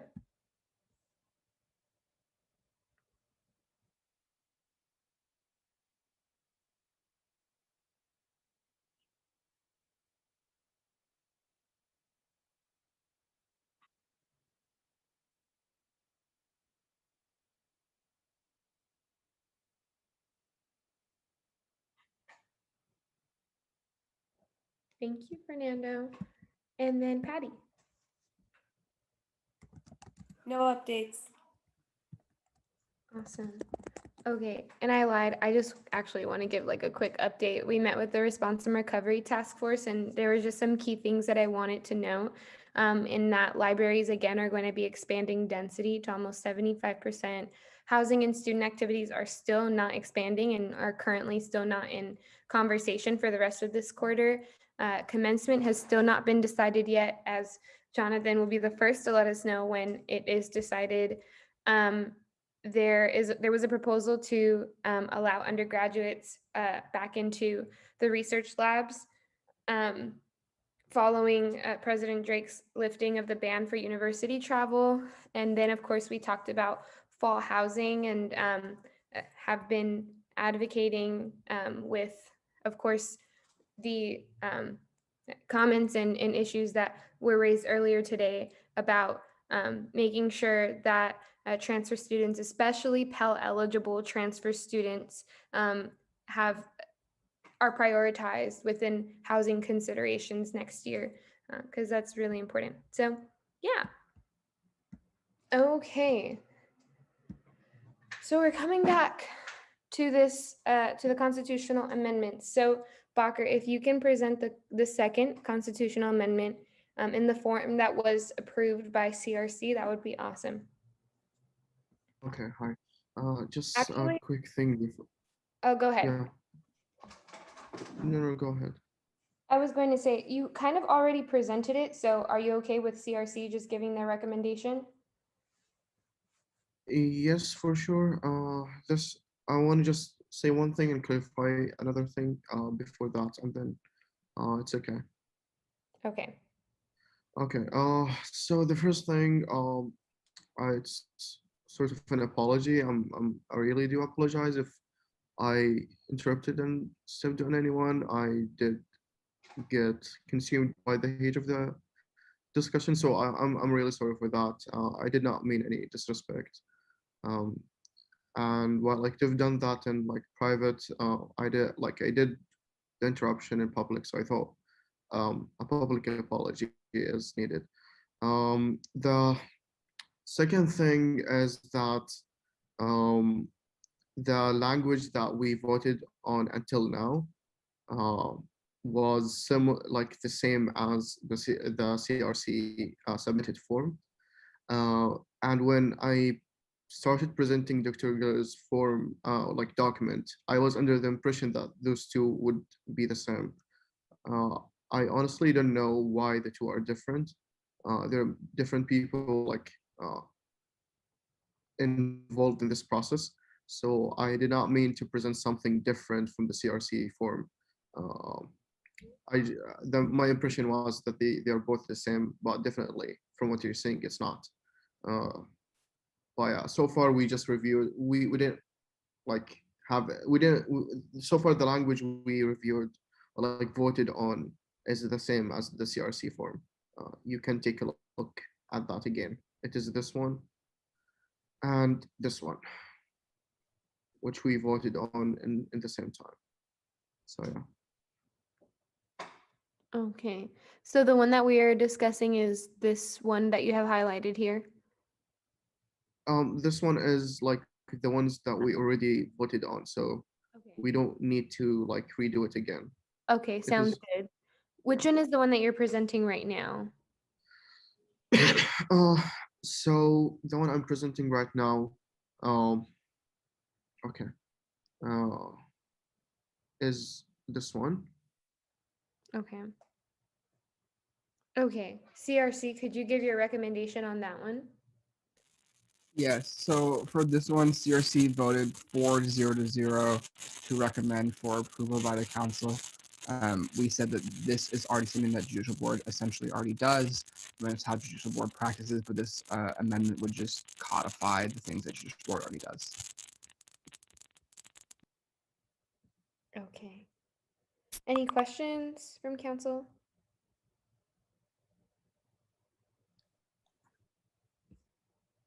Okay, Promise?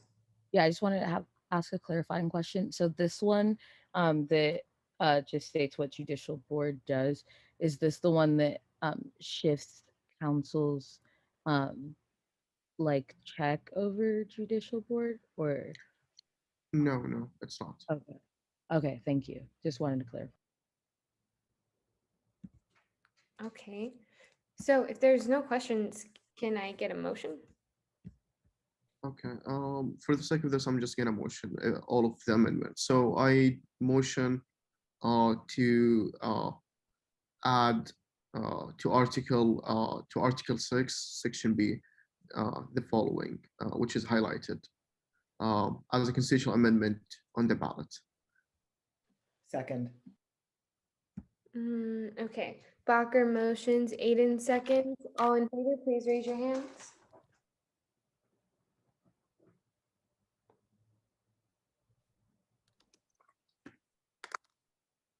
Okay. All opposed?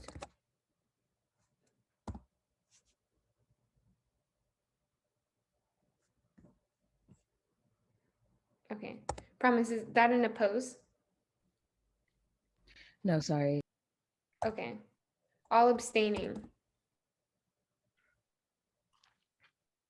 Okay, by an 11-0, the motion passes and the this constitutional amendment, I can't tell which one it is. I'm gonna assume it's number 2. Okay, number 2 is approved on the to go on the ballot. Okay, awesome. Moving on to the third. Okay, so this is the third one. So it has two things. The first one in here, we remove the language where it says that USAC can overrule the judicial board. In here, we say, in here it is a few things. So the first one, it says, and let me highlight that. So in here it says that the election board, the judicial board has the original decision-making jurisdiction over all cases, brought forward to it with only the exception of the election board because they have the original jurisdiction. So this is a clarifying language on their jurisdiction.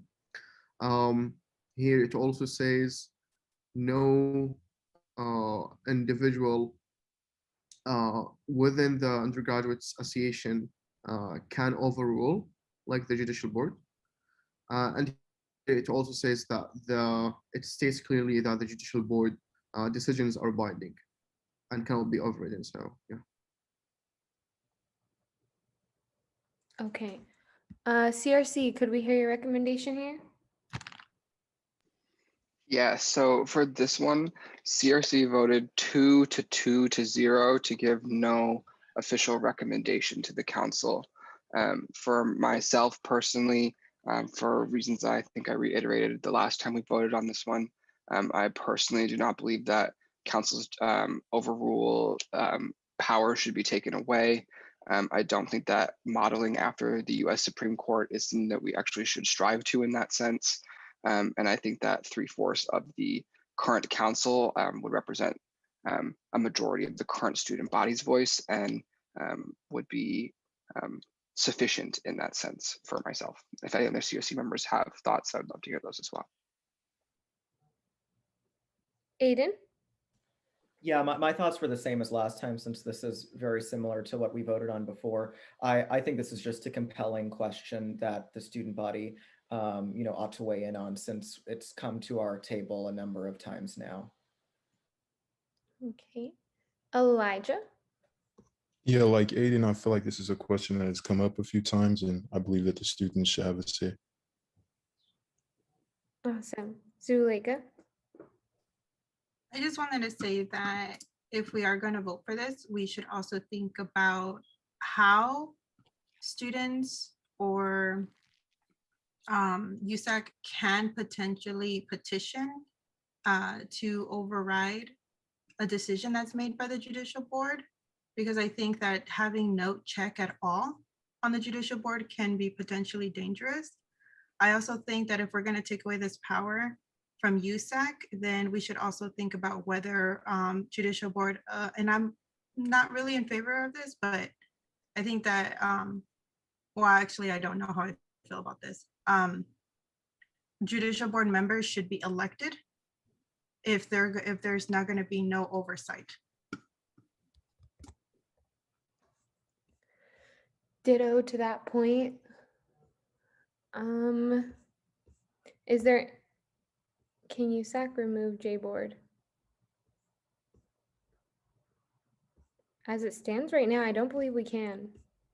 I don't see the question. It says, Christina asked, can USAC remove JBoard?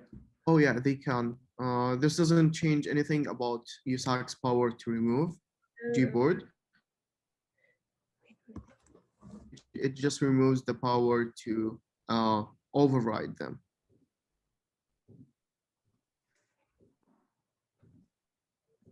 Okay, promise?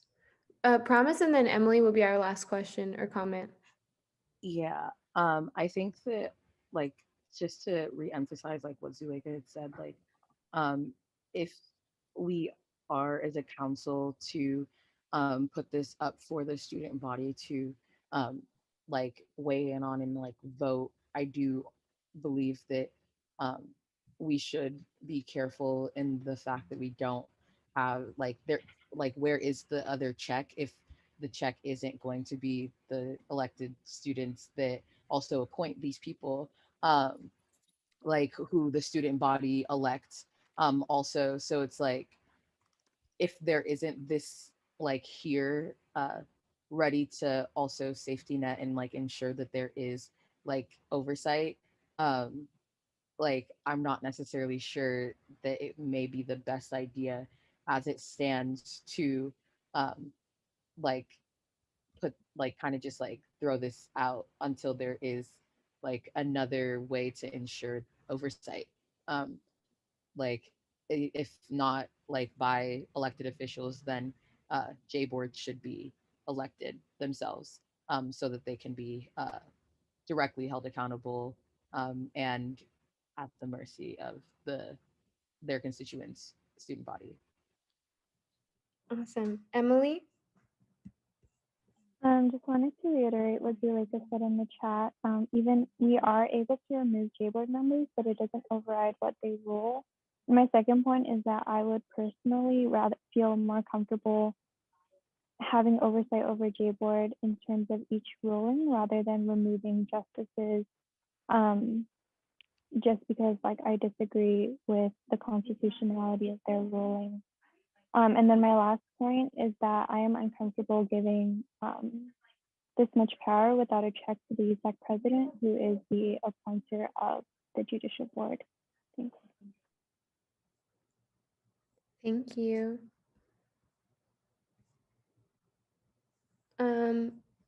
Bacher, you have the chance to give one last comment before we move into a vote.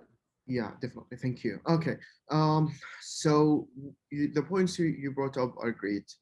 Two things. The first one is that one of the things that I did is introducing the like this one the another change, which is to have the appointment for the maximum of 2 years, and this is mainly so that whoever is appointed is relevant to campus, and like at maximum they were appointed by the last like the previous council.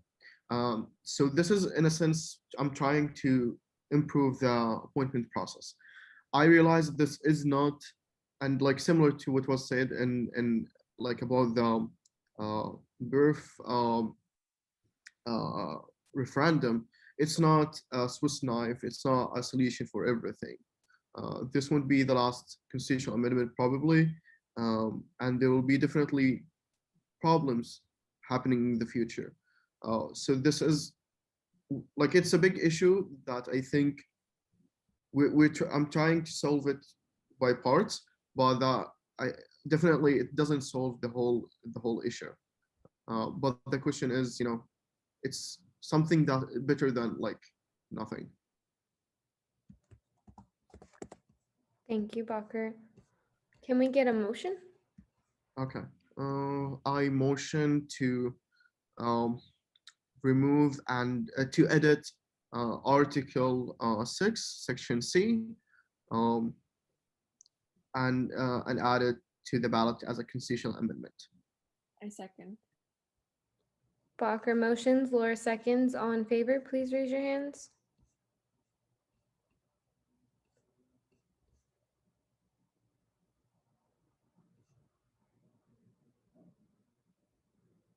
Okay. All right.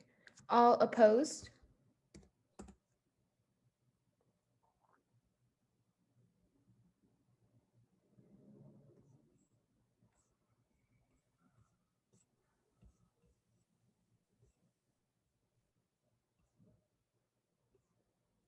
Okay, so this math isn't right.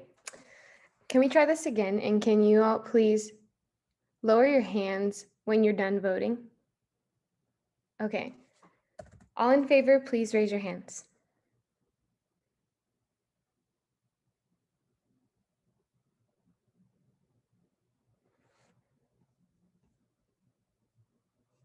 Okay. Doesn't include, oh, it does include Bakr. Okay. All opposed, please raise your hands.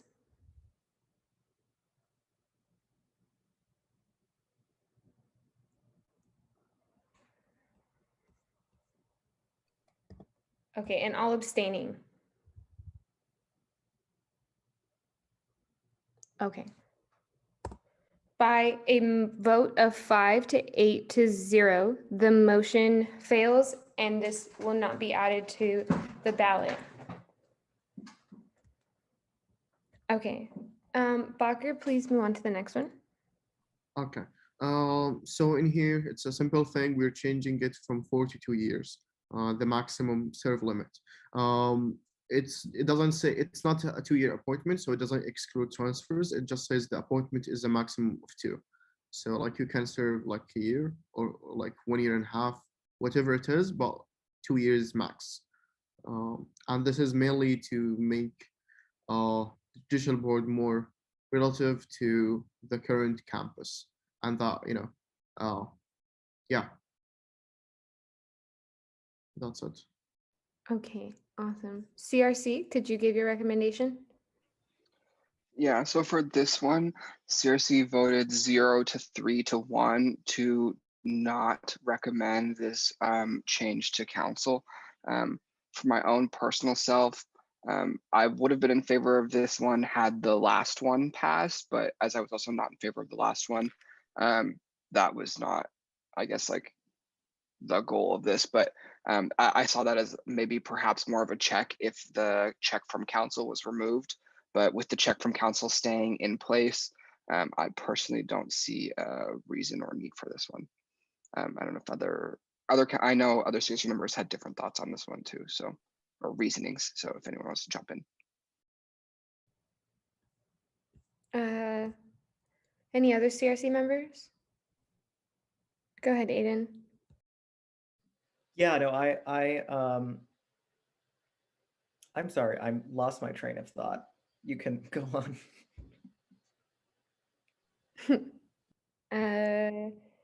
Okay, I wanted to give a separate thought here. I'm not in favor of this one, or at least the idea of this one, especially because like I've already expressed that. I mean, I think the president does have like undue power sometimes in making appointments that last well beyond their term. Like my appointments, well, some of them were transfers, but ideally or in another sense, they would have had longer terms. And that could have been problematic in some regards. So just to throw that out there as a thought. Promise?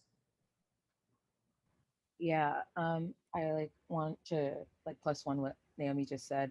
I think that like the having a maximum of um like 2 years, I prefer like is something that I think um is more just, and also like ensures that with the change of time and like power and like attitudes and just understandings, uh like there is change also seen inside of the school's judicial system.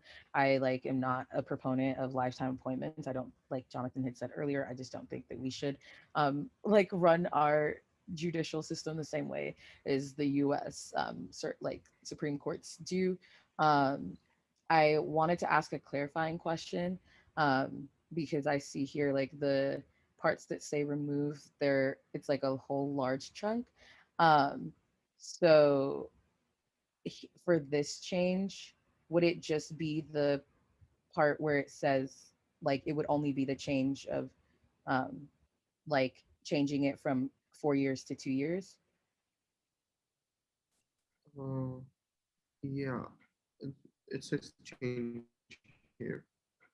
I'm sorry if that wasn't clear. I was pointing in a different place. So yeah, Okay, so yeah, that's the one we're yeah, currently apologies. discussing the change for. Oh, backward.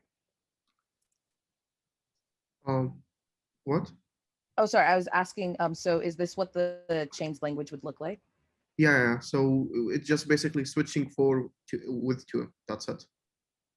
Okay, yeah. So I think that if that's the language, I personally would be for this, and I think that like having monopoly on power and being able to have power over what occurred, like a president being able to have power over what could possibly occur, a decision that could be made like 3 years after they've graduated, is extremely problematic. And I think that like even though there's still that the USAC check in place, having a 2-year term not only like would also make it, I feel, more equitable, um, for people to be able to like serve, have the ability to serve here, and also for transfers to not be seen as at a disadvantage, and also just like it's, I feel like it would just increase equity, to having access to being on the judicial board in general.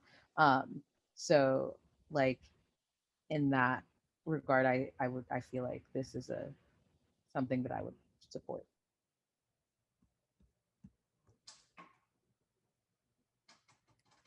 Okay. Laura?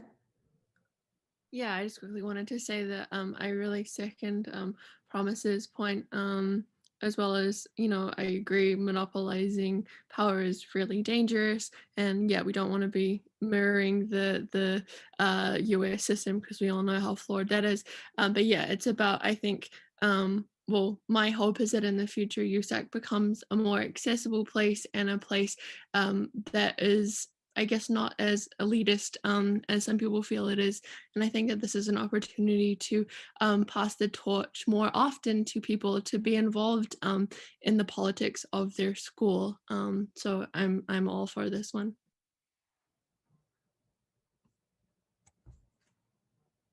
How many folks in J Board right now were appointed as first or second years? That's a good question. Yeah, there was a sophomore appointed 1 year, not this year. I don't believe. I can't remember. I made so many appointments. I think there was like a sophomore appointed that I is still on currently. Um, that was appointed like a year or two ago. Yeah, last year, Jonathan, when we served too, there we did appoint a freshman, I believe. I think. Yeah, freshman appointments aren't uncommon. Aiden was a freshman appointment to BOD, if I remember correctly. Yeah, he was. Yeah, so if we can get a motion. I motion to change article. Oh my god, I'm like such a noob. I like cannot do Roman numerals. I'm just gonna like take an L right now. Parker, do you? I can do Okay. it. Oh, yeah, go ahead. I move to approve Article 6, Section D.1, the constitutional amendment change. I second. Emily motions. Bacher seconds. All in favor, please raise your hands.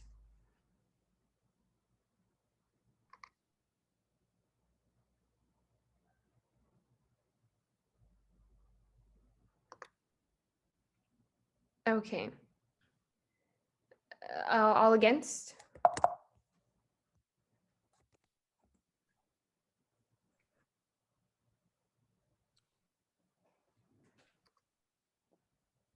All against. Bacher, are you voting against? Oh no, sorry. Okay. Wait, sorry, I'm really sorry. Does it matter that the language that says shall serve on the board for the duration of their tenure as UCLA undergraduate students in good standing like matters here? Because I feel like that conflicts with the maximum of 2 years. Mm. Do you I was- understand what I mean? Like, I think it might need to be stricken or adjusted. Yeah, I think what Emily's trying to say is that it's a bit like contradictory. paradoxical and contradictory. Yeah, exactly.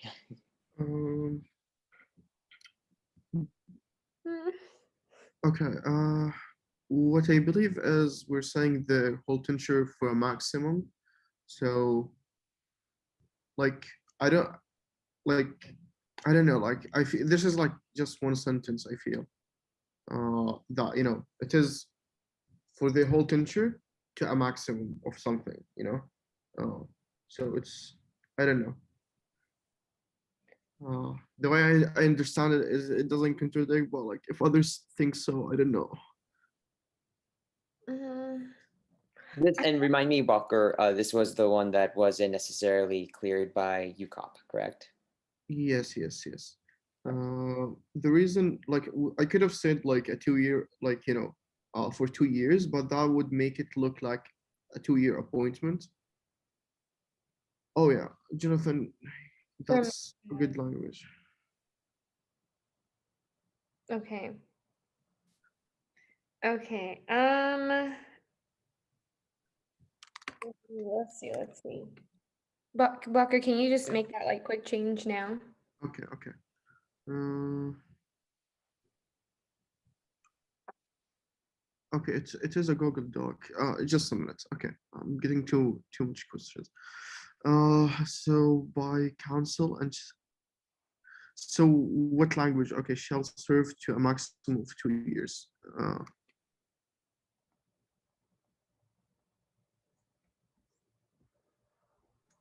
Jonathan, Okay. I don't know if you prefer like what I said or what you said in the chat. What did Sachi say?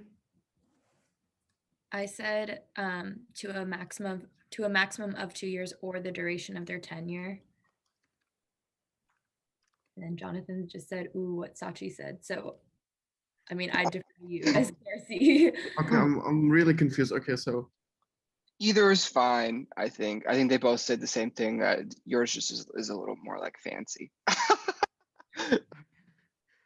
I'm copying yours, copying Jonathan exactly. So yeah, I don't know. Does this look good? Yeah. Okay. Great. Okay. All in favor, please raise your hands. Because the motion still stands. I'm gonna leave it at that. Okay. All against?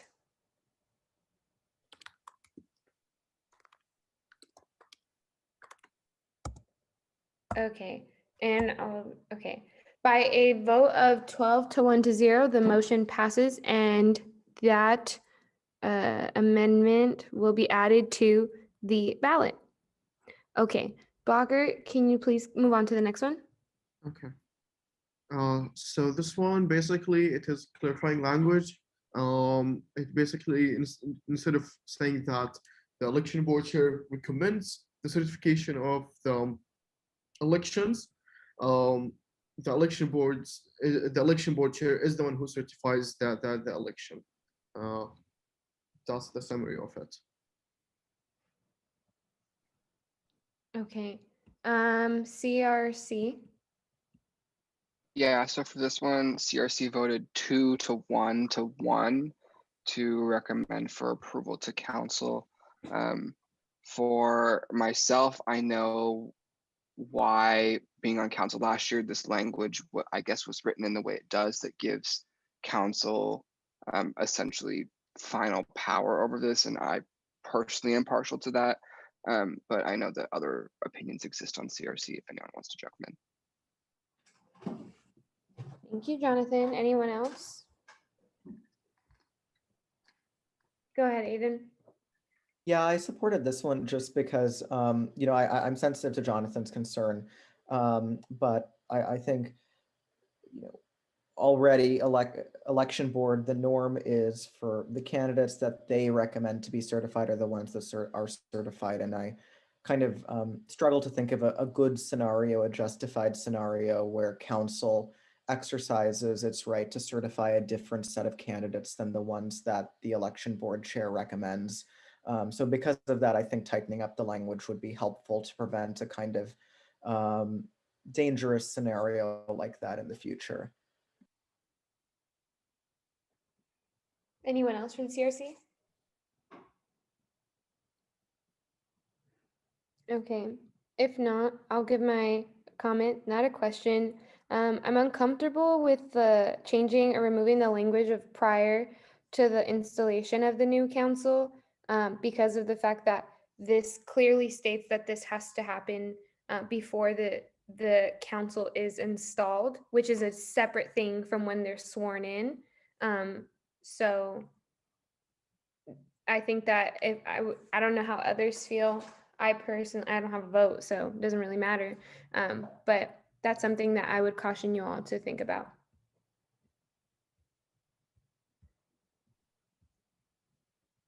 Sachi, Bacher, and then after that, let's like try to move into a vote. Could I just ask for someone to like explain what like the process of recommending, certifying, like can I'm just trying to kind of envision a scenario in which, you know, the council wouldn't certify something so that I can understand like the purpose of this amendment. I can try to answer a little bit of that, and Jonathan could also jump in because he was there last year for a scenario in which a council would do that. So it usually happens is the election results are had, and then they're brought forward to the council. Recommend is like a formal way of saying like presented. This happens right after our meeting, I believe, and then installation is like that word specifically refers to the installation ceremony that we have as council members, where we do like this swearing in again, even though we had already done the swearing in the night that we were actually sworn in. I think I would say, Jessica can correct me if I'm wrong, that one's just like a formal ceremony, but it still happens. So we should, you know, articulate that it happens, and then the results are certified. I would say that this past year, or yeah, last year, there was during the special election, there was a candidate that was being accused of campaigning on the Hill, and that candidate was there was a case that was brought forward by J-Board. J-Board hadn't finished their review, and they hadn't released their results, and the council was particularly worried that certifying the candidates would make it a lot more difficult in the case that those results came back different than what they ended up being. So I don't think it was necessarily that council was planning not to swear in that council member, but they were being cautious of the fact that that council member, in their opinion, did not win an election fairly, in their opinion, which is why there was a petition that was brought forward to the J board, and J board ruled differently. I don't know if anyone wants to correct that history. Jonathan, do you want to add anything? I think that's a fair overall overview of what that situation was. And to me, at the time, was this I guess sort of language was important to be able to kind of hold that process and make sure that our elections were free and fair to begin with. Yeah. Can I ask a quick follow-up? Go ahead. Thanks. So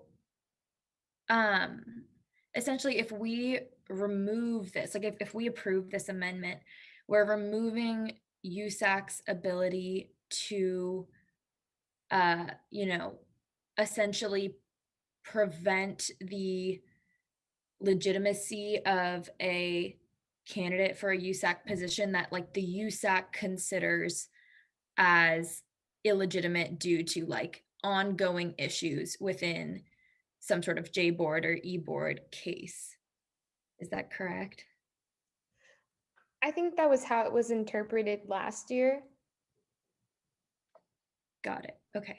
That's probably all I would say there. That was, yeah, how we interpret, yeah. And then just, sorry, I'm just trying to make sure I understand this. So like, let's say that we do remove this power. Is the judicial board still able, like, let's say there's an ongoing case, is the judicial board still able to rule that a candidate is not legitimately elected because of X and X violation? Okay. Got it. Okay, that's all my questions. Bakri? Hi, it's not really a question about like what language Neom exactly had an issue with, so like I can change. Oh, so yeah. It was the prior to the installation of the new council. Okay, so what's the issue exactly? The installation refers to the event that occurs the week, usually like the week or two after council is sworn in. That's a different situation, ceremony or whatever than the actual swearing in, which is, I believe, what's trying to happen here. So would it be proper to say instead of prior to, like would it, because it is this part is being removed, so the new language will read as follows: the elections board chair shall certify the candidates elected. That's it. Yeah, I would probably make it the elections board chair shall, comma, prior to the installation of the new council, certify the candidates elected. Okay. Okay. I'm fine with that, but oh, go ahead. Jessica, I wanted to give Jessica a chance because I know she knows more about that. Yeah, I just wanted to clarify. I like the way you worded it, Naomi, just now, because I think an important distinction is that when we're talking about certifying the results of the election, that's essentially reading the results into the minutes, so it's on record of what the actual vote was that occurred. And then the installation of the new council, as it's written here, is more so referring to what you're talking about, the swearing in, the seating of the new council, rather than the installation ceremony, even though they're both called the same thing. So I just wanted to clarify that, and also just make a point that J board has that role of swearing in the new officers. So just to be clear, that election board wouldn't be responsible for swearing them in. They're just responsible for reading the results into the minutes so that they're certified prior to those elected officers taking seat at the table to start their term. Yeah. So I did change that, so it will read as the elections board chair shall, prior to the installation of the new council, certify the candidates elected. Yeah, I would probably just add the commas for like, yeah, grammatical. Okay. Okay. Can I get a motion? I motion to change to put the change on Article 9, Section B, on the ballot for constitutional amendment. I second.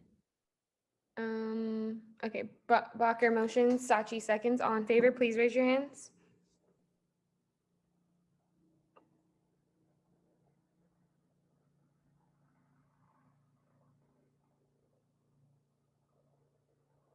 Okay.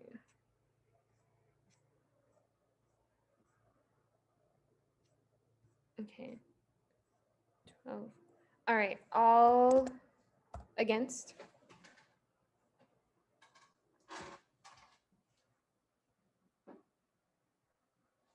Okay, by 12 to 1 to 0 vote, the amendment is approved and it will be going on the ballot. Okay, on to the next one. And is this the last one? Not really. I did this one. So okay, I don't know how council want to do this. So although those are like independent from each other, like in terms of like how Dr. Giller told us to do, but at the end, the main thing is basically we're changing the number of signatures. And on this one, because I got feedback from some council members, and it was suggested that instead of saying 250 signatures, we say that 5%, which is about 1,500. That we believe is a reasonable number in terms of, like reasonable number to collect compared to 10 or like 15%. I wanted to make the change before, but like I didn't want to do it like after submitting the form.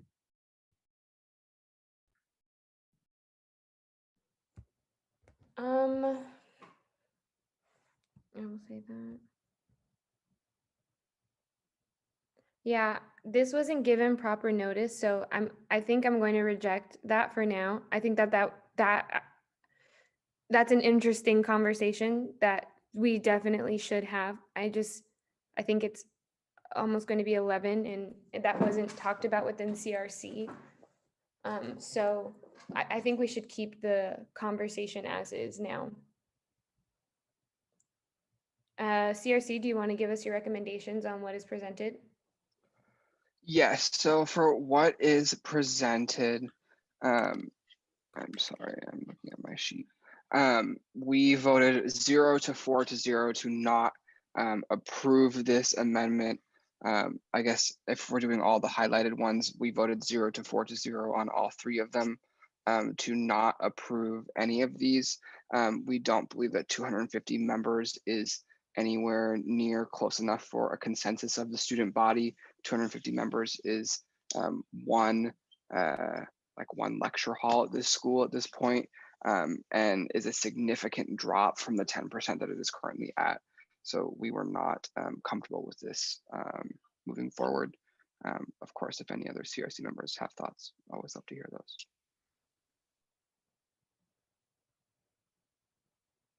Bacher?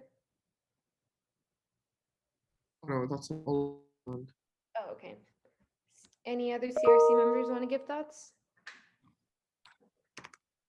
Bacher, is that a new hand? No, I did go with that. Sorry. Oh. Okay. Bacher, did you want to make that motion? Yeah, but like just one thing on the thing I sent in the chat. I do remember when I read the Robert's rules that this was a proper motion to motion like subject amending this, and I think even I didn't once mentioned this in a previous discussion regarding elections board. I think it was on the calendar. So I think it is valid to do that motion. Uh, but yeah, I don't know. Like it's up to you, Naomi, obviously. No, I'm saying like you can motion and then someone can like second. No, I'm okay. The motion to like approve to approve this subject and amendment, or like just a motion. You That could was do my you could do subject to an amendment. okay. So we'll do this separately. So I motion to add to Article 9, Section B.6, subject to the amendment that instead of 250 signatures, it says 5%. Okay. Do we have a second? Second. Bacher motions, Laura seconds. All in favor?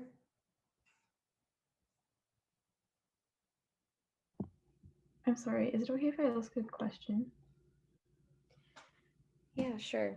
It's just is 5% 1,500 signatures? Bacher? Yes. Yeah. Oh, okay. Thank you.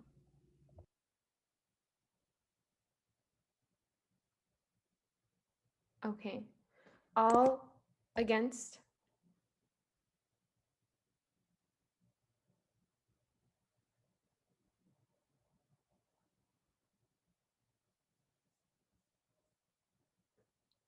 Okay. All abstaining? Actually, I think Promise stepped away. So by a 2 to 9, 0 vote, the motion fails, and that amendment to the amendment is not approved. I'm also trying to figure out, does that mean that does it fail? Was that in? Yeah, yeah, it's motion to approve subject and amendment, so it is like, yeah. Right, okay. Okay, on to the next one. Okay. Again, so I motion to change Article 9, Section D.1, subject to the amendment that it says 5% instead of 250 members. Okay, Bacher motions. Do I have a second? Second. Laura seconds. All in favor, please raise your hands.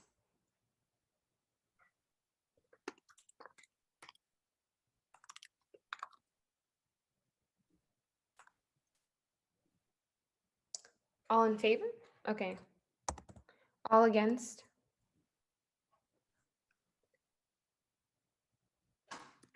Okay. By a vote of 1 to 11 to 0, the motion fails, and this amendment was not approved to go on the ballot. Next one. I motion to change Article 11, Section A.2, subject to change from 250 to 10%. Can I answer the question in the chat? Please. Yeah, you should. Yeah. So they are the same thing, but like because okay, so there are different under different sections. So we do have to vote on them individually. You can't, just it's not one single change for some reason. Because yeah, this is like the way it was divided. So yeah.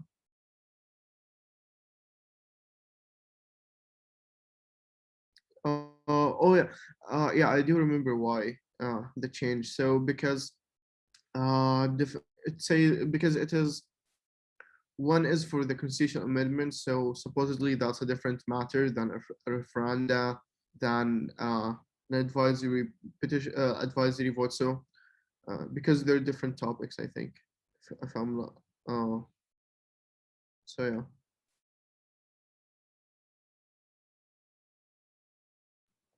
Okay. Did you want to continue with the motion, Bacher? Or I guess you already made it. Yeah. Anybody want to make it?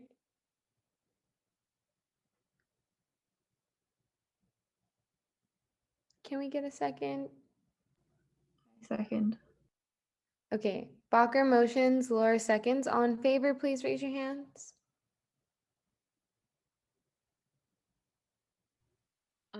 Can you clarify what we're voting on for this one? Because um, is it the 10% that's changed? I'm a little confused. Okay, I'm really sorry for the confusion. So it is this highlighted version, the similar to the previous ones. Instead of in the previous ones, instead of 10%, we said 5%. In here, instead of 15%, we're saying 5%. Okay, thank you.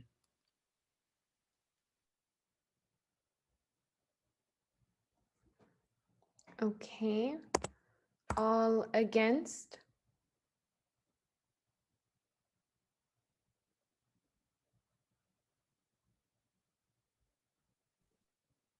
Okay. Awesome. By a vote of 2 to 10 to 0, the motion fails, and this item is not approved to go on the ballot. And then you can present the last one, Bacher. Okay, finally, we are at the end. So this is really simple.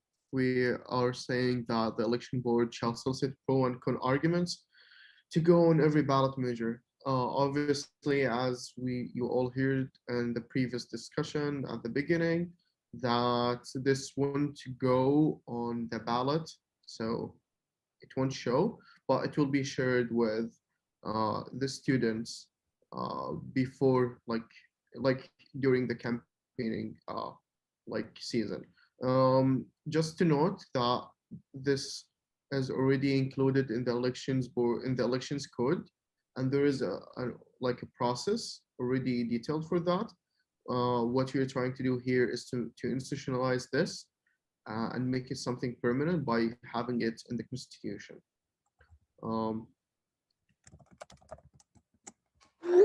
Okay. And in that case. Okay. CRC, would you like to give your recommendation? Yeah, so for this one, CRC voted 1 to 0 to 3 to give no recommendation on this one because we knew of the conflicting logistical information that was coming from the two different sides here.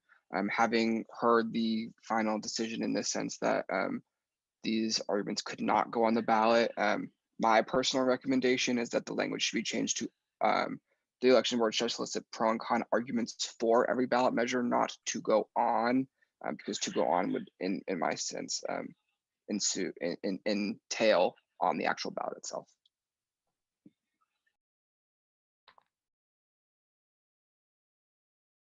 Anyone else?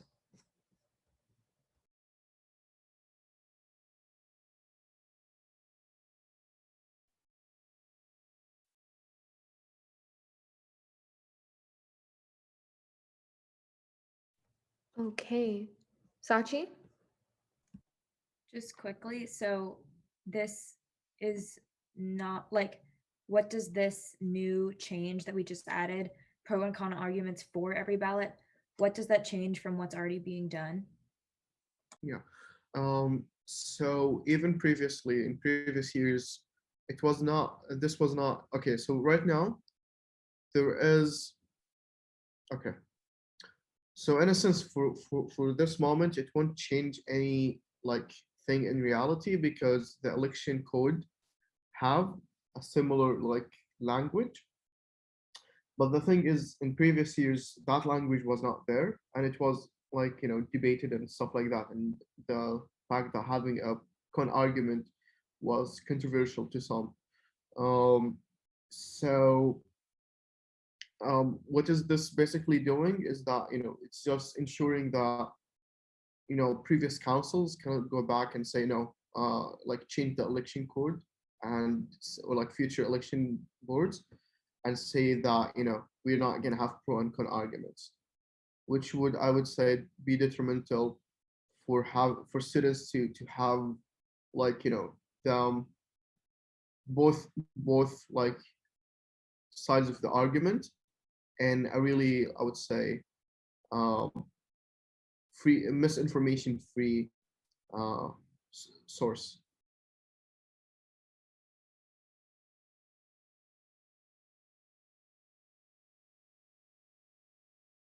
Justin? Yeah, hi. I think just to voice what I'm concerned with before we vote. I understand like eBoard already has some sort of mechanism like this. What my concern has been in the past has been, well, just even looking at my experience with the Cub referendum, like the problem was the misinformation. Like the pro and con is like kind of setting an artificial like, this is good. 'Cause, I don't know. I feel more. I feel better about just presenting information like what it does and making people understand USA mechanisms better. But yeah, I mean that's just my thing. So I guess I would be yeah, I would be against making this particular thing more embedded in the Constitution. Yeah. Walker, feel free to respond and then let's get a motion after. Okay, definitely. So yes, on this regard, so misinformation will happen like even outside of this. What we're doing is that, or like this is the current process. Different students can submit a con argument if they don't have a con argument, so there will be no con argument. So this is saying soliciting. It doesn't say that, creating a con argument. So if there was no con argument from the start, there will be no con argument, received by the election board. After that, after the con arguments are received, to ensure that there is no misinformation, no problematic language, it will be reviewed by the election board and also by administration. This is also one of the things that was also clear, and Dr. Geller's response that will be also reviewed. So it wouldn't like, just random arguments filled with misinformation, and then, sent to the student body.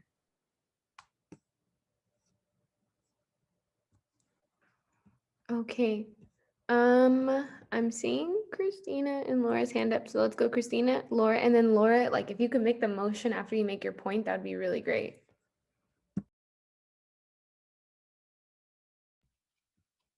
I was just gonna say, this seems like something that should really just be under eBoard's jurisdiction. Like it could be their decision to kind of decide what they think is necessary to provide to voters.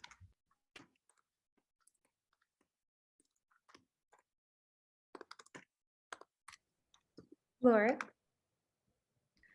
Oh, sorry. I was just switching from my iPad from my computer, so I raised my hand so I could get upgraded to a panelist. Okay, okay. Justin, was that a new hand or old hand? Old hand. Apologies. Cool. Does anybody want to make a motion? Okay, I will motion. Okay. I motion to add an article on 9 section B to as a constitutional amendment to the ballot.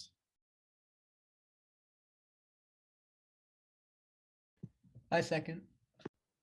Walker motions, Justin seconds. All in favor, please raise your hands.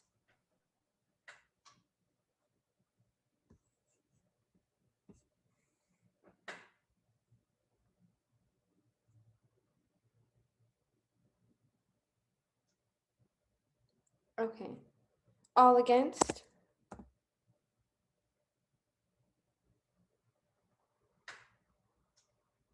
Okay. And then all abstaining?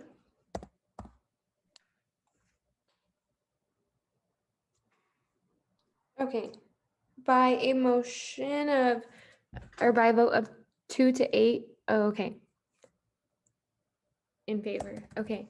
By a vote I of, also rose my hand in favor. Sorry, I don't know if you caught. okay. By a vote of 4 to 8 to 0, the motion fails, and this will not be added to the ballot. Okay. Was that it, Bacher? Yeah, it is. Okay.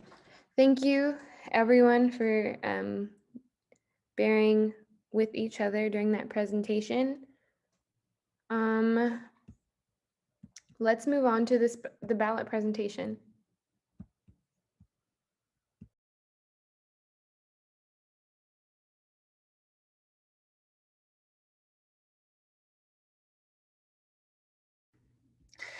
Okay, so we're finally at the ballot presentation. So we made it, everyone, and the candidates who are listening. This will be the roster that is going to be for this USAC elections alongside with referendum and constitutional amendments. So let's get right into it. So in the ballot in this year's election cycle, there were 44 applications that were submitted. 2 candidates who submitted their applications failed the eligibility check. One of them failed because they did not get the sufficient signatures. Another failed for FERPA-related reasons that we cannot disclose.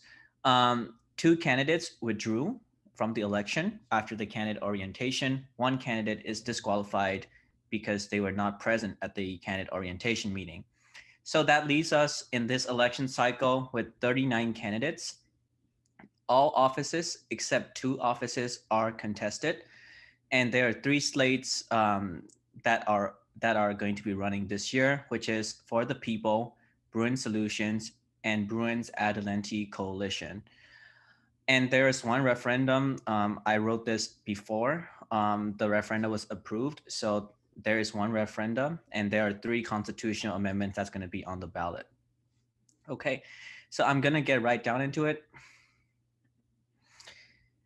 Okay, so excuse me to the record if I mispronounce names, but for the office of the president, we have 4.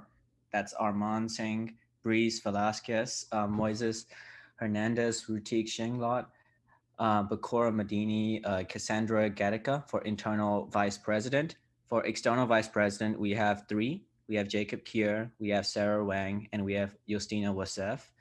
For general representative, we have Adam El Sayed, Alex De Santiago, Arturo Bustos Ochoa, Asante Spencer, Aisha Aslamir, Carl King Jr., Haley Vales, Himaja Vendi Dundee, Jacob Linder, Jeffrey Umana, Jesse Johnson, and Pasa Pangchai. For Academic Affairs Commission, we have Angelina Quint, Adarva Govani, Lizette Chamal, and that's 3 candidates. For Campus Events Commission, we have Bridget Ahern and Maya Sangavi. For Community Service Commission, one of the candidates withdrew from the election. We have Rohit Gore and we have Momina Suban. For Cultural Affairs Commission, we don't have it contested. We have Promise. And for a Facilities Commissioner, we have 1 that withdrew from the ballot. We have in its place, we have Elijah Simas and Jane Nee. For Financial Supports Commission, we have 2. We have Emily Clarissa Yu and Sam Cito. For Students Wellness Commission, we have 3. We have Brandon McKelland, Kavya Juvadi, and Taylon Nye Jackson. For Transfer Representative, we have 2. One of the candidates was disqualified after failing to be present at the orientation meeting.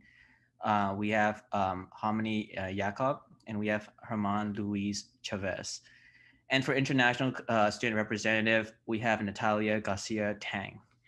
So this is the ballot for the 2020 to 2021 USAC elections. This is the count, and this is the number of all of the candidates who are going to be running for this ballot.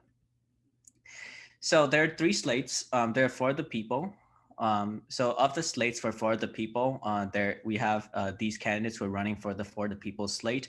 We have Breeze, we have Breeze for president, Cassandra for IVP, Haley Vales and Jeffrey Umana for Gen Rep. We have Angelina Quinn for Academic Affairs Commission, and we have Promise for Cultural Affairs Commission, and for Facilities Commission, we have Jane Nee. For the Bruin Solution candidates, we have for President Arman Singh, for IVP Bakur Madini, for external EVP we have Jacob Kier, for General Rep we have Jacob Linder and Pasa Pangchai, for AAC we have Atharva Kulkarni, for Campus Events Commission I apologize for that. For Campus Events Commission, there's nobody from Bruin Solutions. For Facilities Commission, we have Elijah Simas. For Financial Supports Commission, we have Sam Cedel. For Student Wellness Commission, we have Brendan McKelland. For Transfer Student Representative, we have Harmony Jakob. And for 13, for International Student Representative, we have Natalia Garcia Tang. So yes, just to be clear, this thing for Campus Events Commission is not a part of the Bruin Solution slate.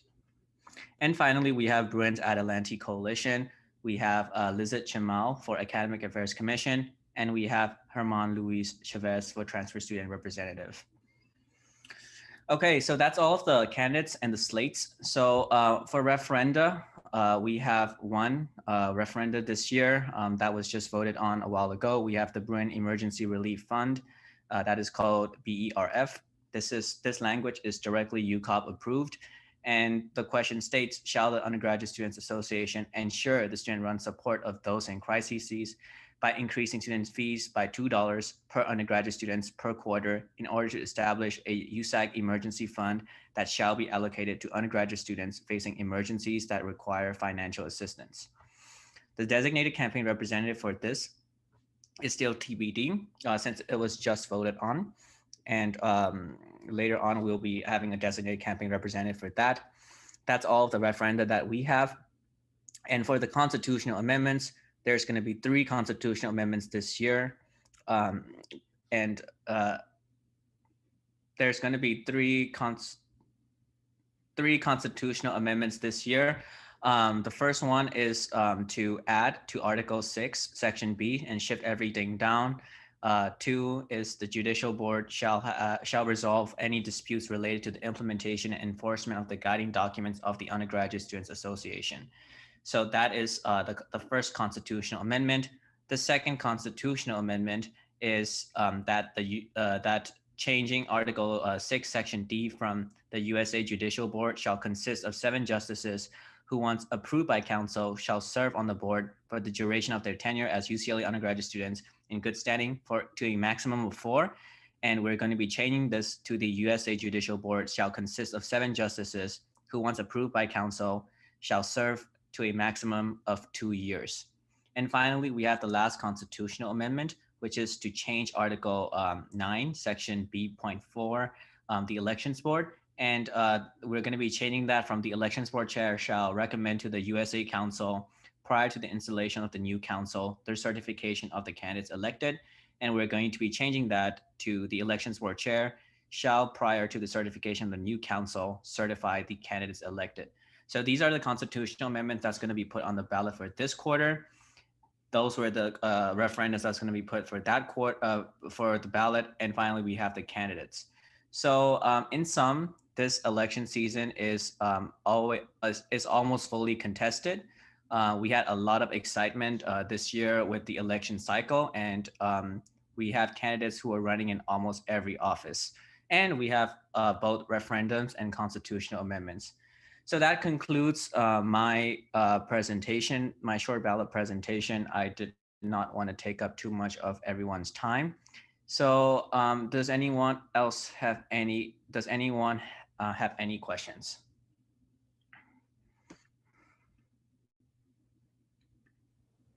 I think Emily had a question. Emily, do you want to ask? Yeah, I was gonna say I brought up a question about fixing a typo in the constitutional amendment, and I was expecting it to be revisited while I was away from keyboard, but I don't think it was. Emily, are you talking about number 2? Yeah. Or a maximum of 2 years? Yeah, I think it makes more sense to say 4, and it's harder to fix typos once the constitutional amendment has been voted on. Okay. Is council, I guess, okay with that change? Is the rest of council okay with that change?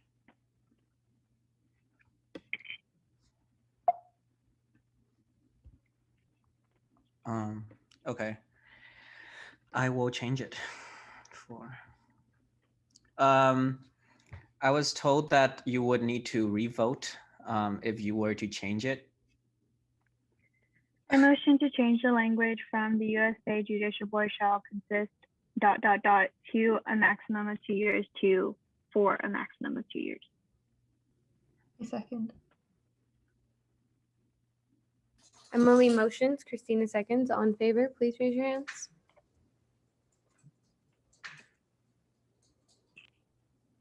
Okay, all against.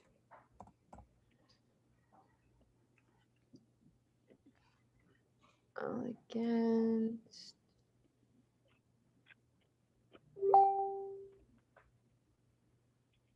Are those old hands, new hands? Did you want this? Oh yeah, you can leave it on. Okay.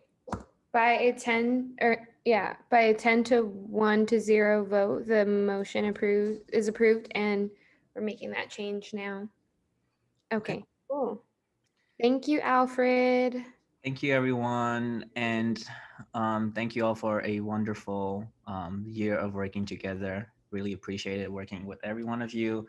I will be probably just coming back later to do just like restructuring for the e-board, but this is kind of the end of like the official presentations related to the election process. We had some good times and some bad times, but really appreciated working with all of you. Thank you. We love you, Alfred. Thank you. Thank you, Alfred. So much love. Thank you, Alfred. Awesome. Emily, I'll turn it over to you. Hello, everyone. I'm taking over for the appointment of, I'm so sorry if I pronounced the name wrong, Haig Simitian to Transition Director of USA Elections Board. Fred, please give a quick intro of who he is and what his role will be, if you're willing. Yeah, actually, Mariah will be doing that. So Okay, Mariah, go ahead. Okay, hi everyone. Thank you for staying. It's been a long night. So yeah, my name is Mariah. I'm the Vice Chair of the Elections Board, and I'm here to provide a little introduction for Haig Samedian, our freshman business economics student here at UCLA and our potential transition director candidate. So overall, I would just like to state that we believe Haig would make an excellent transition director candidate and ultimately chief of staff due to his exceptional writing abilities, minute attention to detail, and dedication to the inclusivity and accessibility of student elections. He has attained multiple academic honors and even been recognized by the State Assembly for his writing abilities. He also previously served as an editor-in-chief of a student-run media organization called Politicized News, demonstrating his strong leadership and writing abilities. Haig has actually already begun contributing meaningful work for the Elections Board and shown a strong dedication to our mission.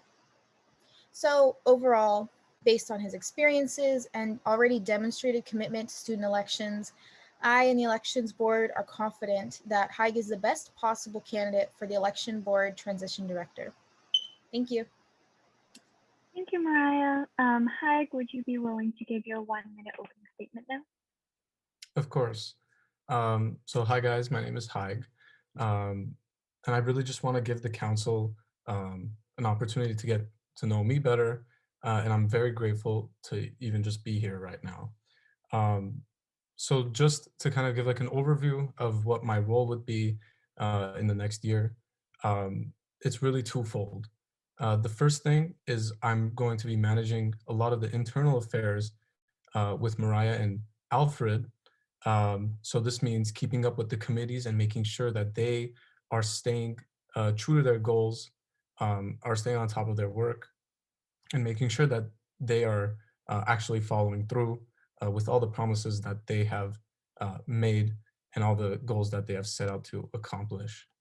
And then number two, more importantly, I'll be compiling a report on all of the strategies that the e-board has employed this year during the election cycle to ensure that next year, the next election board chair is able to use the strategies that they used this year that were successful to assemble a very diverse and inclusive um, slate of um,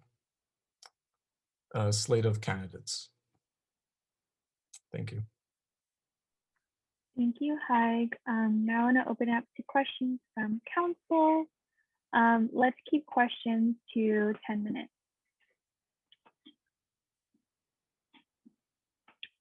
Justin. Hello, thank you for being here and waiting through a long meeting. Because this is, because this is a new position, for elections board, I don't have a lot of questions to really, gear or set the stage for that. But I was wondering, I guess, in your mind, what are past experiences you had that kind of will guide you in kind of serving in this kind of intermediary role, this transition role? If you could answer that. It's pretty broad, but yeah. Yeah, no, of course. Like Mariah had mentioned, I used to be the editor-in-chief for an Instagram news organization. And essentially one of my larger roles was actually creating analytical reports on some of the posts that we've made, what posts were doing the best, why, coming up with possible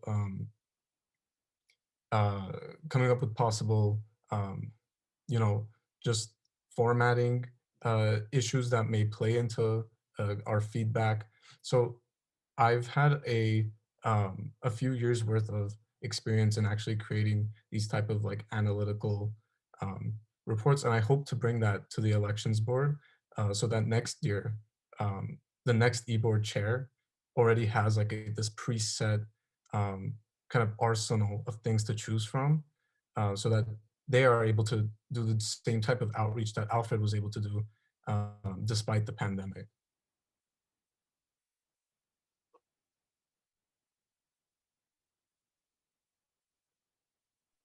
Thank you, Haig. Any other questions from council?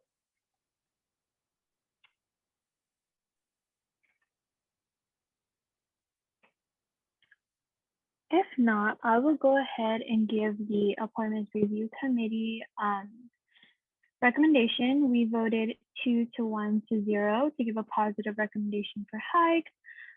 We believe that this position is a good chance for you to grow as a student leader and grow in your understanding of USAC and the elections board. So we hope you take that opportunity to heart, and we're glad to hear that you've already been working on a lot of projects alongside Alfred and Mariah. Cool. Do I have a motion? I motion to approve the appointment of Haig Simitian. Did I say that right? Yes? Yes, yes. Okay. Haig Simitian to eBoard's transition director position. A second. Promise motions, Justin seconds, all voting yes, all in favor, sorry.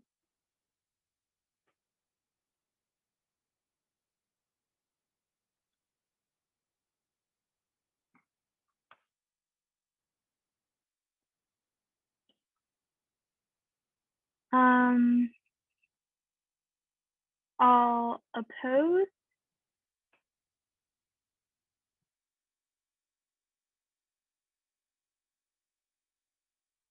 All abstaining?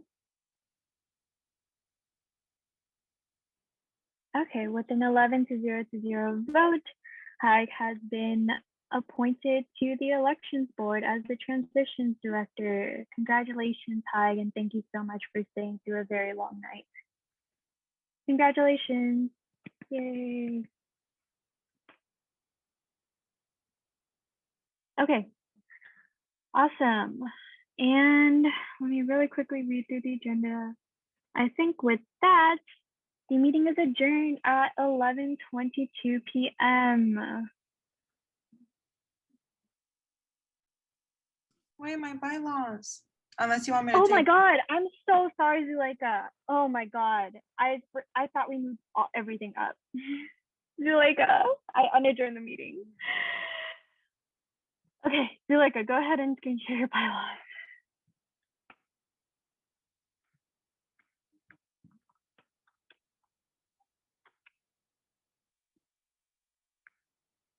I'll go quickly, okay, everyone? So the first one that we're looking to change is really simple. It's just about the appointment process. The only language that we added is that all council members shall work together to diversify the pool of applicants for all positions. And then basically that will be made over the summer and shall be advertised in a manner readily accessible to all students. So it's really straightforward. It's just basically codifying that we all work together in order to get more students to apply for appointment positions.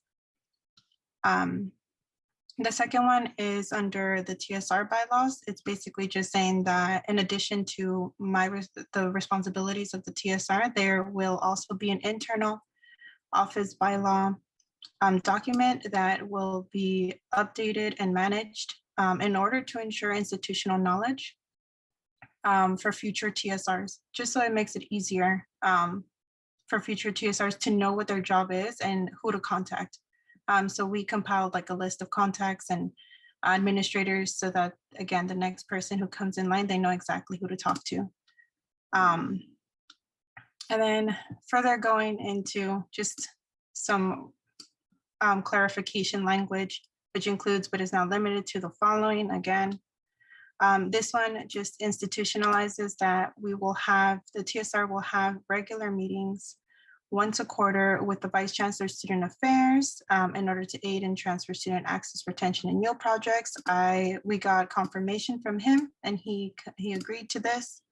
The second one is institutionalizing regular meetings once a quarter with the Dean of Undergraduate Education, again, to aid and transfer orientation, transfer student matters related to academic affairs. We met with the Dean of Undergraduate Education and they also agreed to this. And then this is basically just saying that the TSR will have regular meetings with the both the director of the BRC and the Transfer Student Center. I have regular meetings with them every week, so it's basically just putting it in writing so that it's institutionalized. And then the next one is all the departments that the TSR will be in contact with. Again, we have this contact within the internal bylaws, just so, again, the next person who comes in is aware of who to contact and they're not confused. And this is just set in motion. It also says that they will initiate a first meeting within the first 3 months, again, to build that relationship up. And then this one just clarifies which housing departments that the transfer student rep will be discussing matters with. So it just basically, again, it just includes specific ones like the on-campus housing council, the student family housings, University Apartment South, residential life transfer living learning community, and then commuter committee, since 75% of transfers identify as commuters. And then lastly, it's just the transfer student representative will aid in the transition of power to the newly elected transfer student rep within a minimum timeframe of 1 week post-election. We want to institutionalize this so that, again, making it a lot smoother for the next transfer rep to come into office. And that's it. Any questions? Questions, comments? Just from the CRC side, CRC voted 4-0 to recommend to approve the set of bylaw changes. We were appreciative of Zuleika just throughout this whole year, but with this set specifically of going through her bylaws and really updating them to what she's doing now and what the practices of her future successor should be. And on that note, I just want to encourage everyone at council to please look through your bylaws.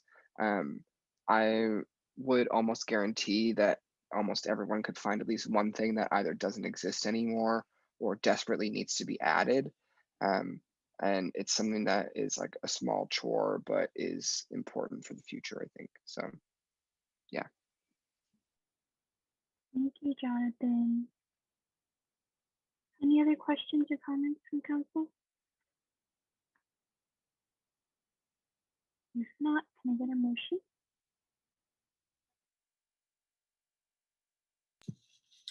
I move to approve this set of changes to the transfer student rep bylaws.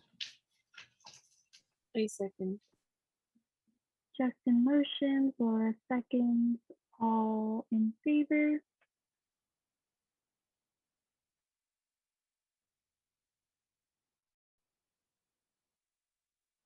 Oh, I can vote. All opposed?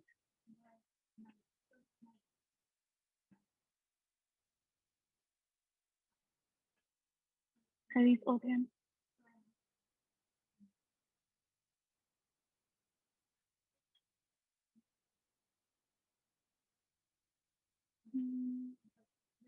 Okay, all abstaining? Sorry, Em. Okay, cool. With a 12-0 vote, the motion passes and the TSR bylaws are approved. Yay, congratulations, and thank you again for all your work in building out your bylaws this year. Cool. Okay, with that, actually, I will adjourn this meeting at 11:29 p.m. The recording has stopped.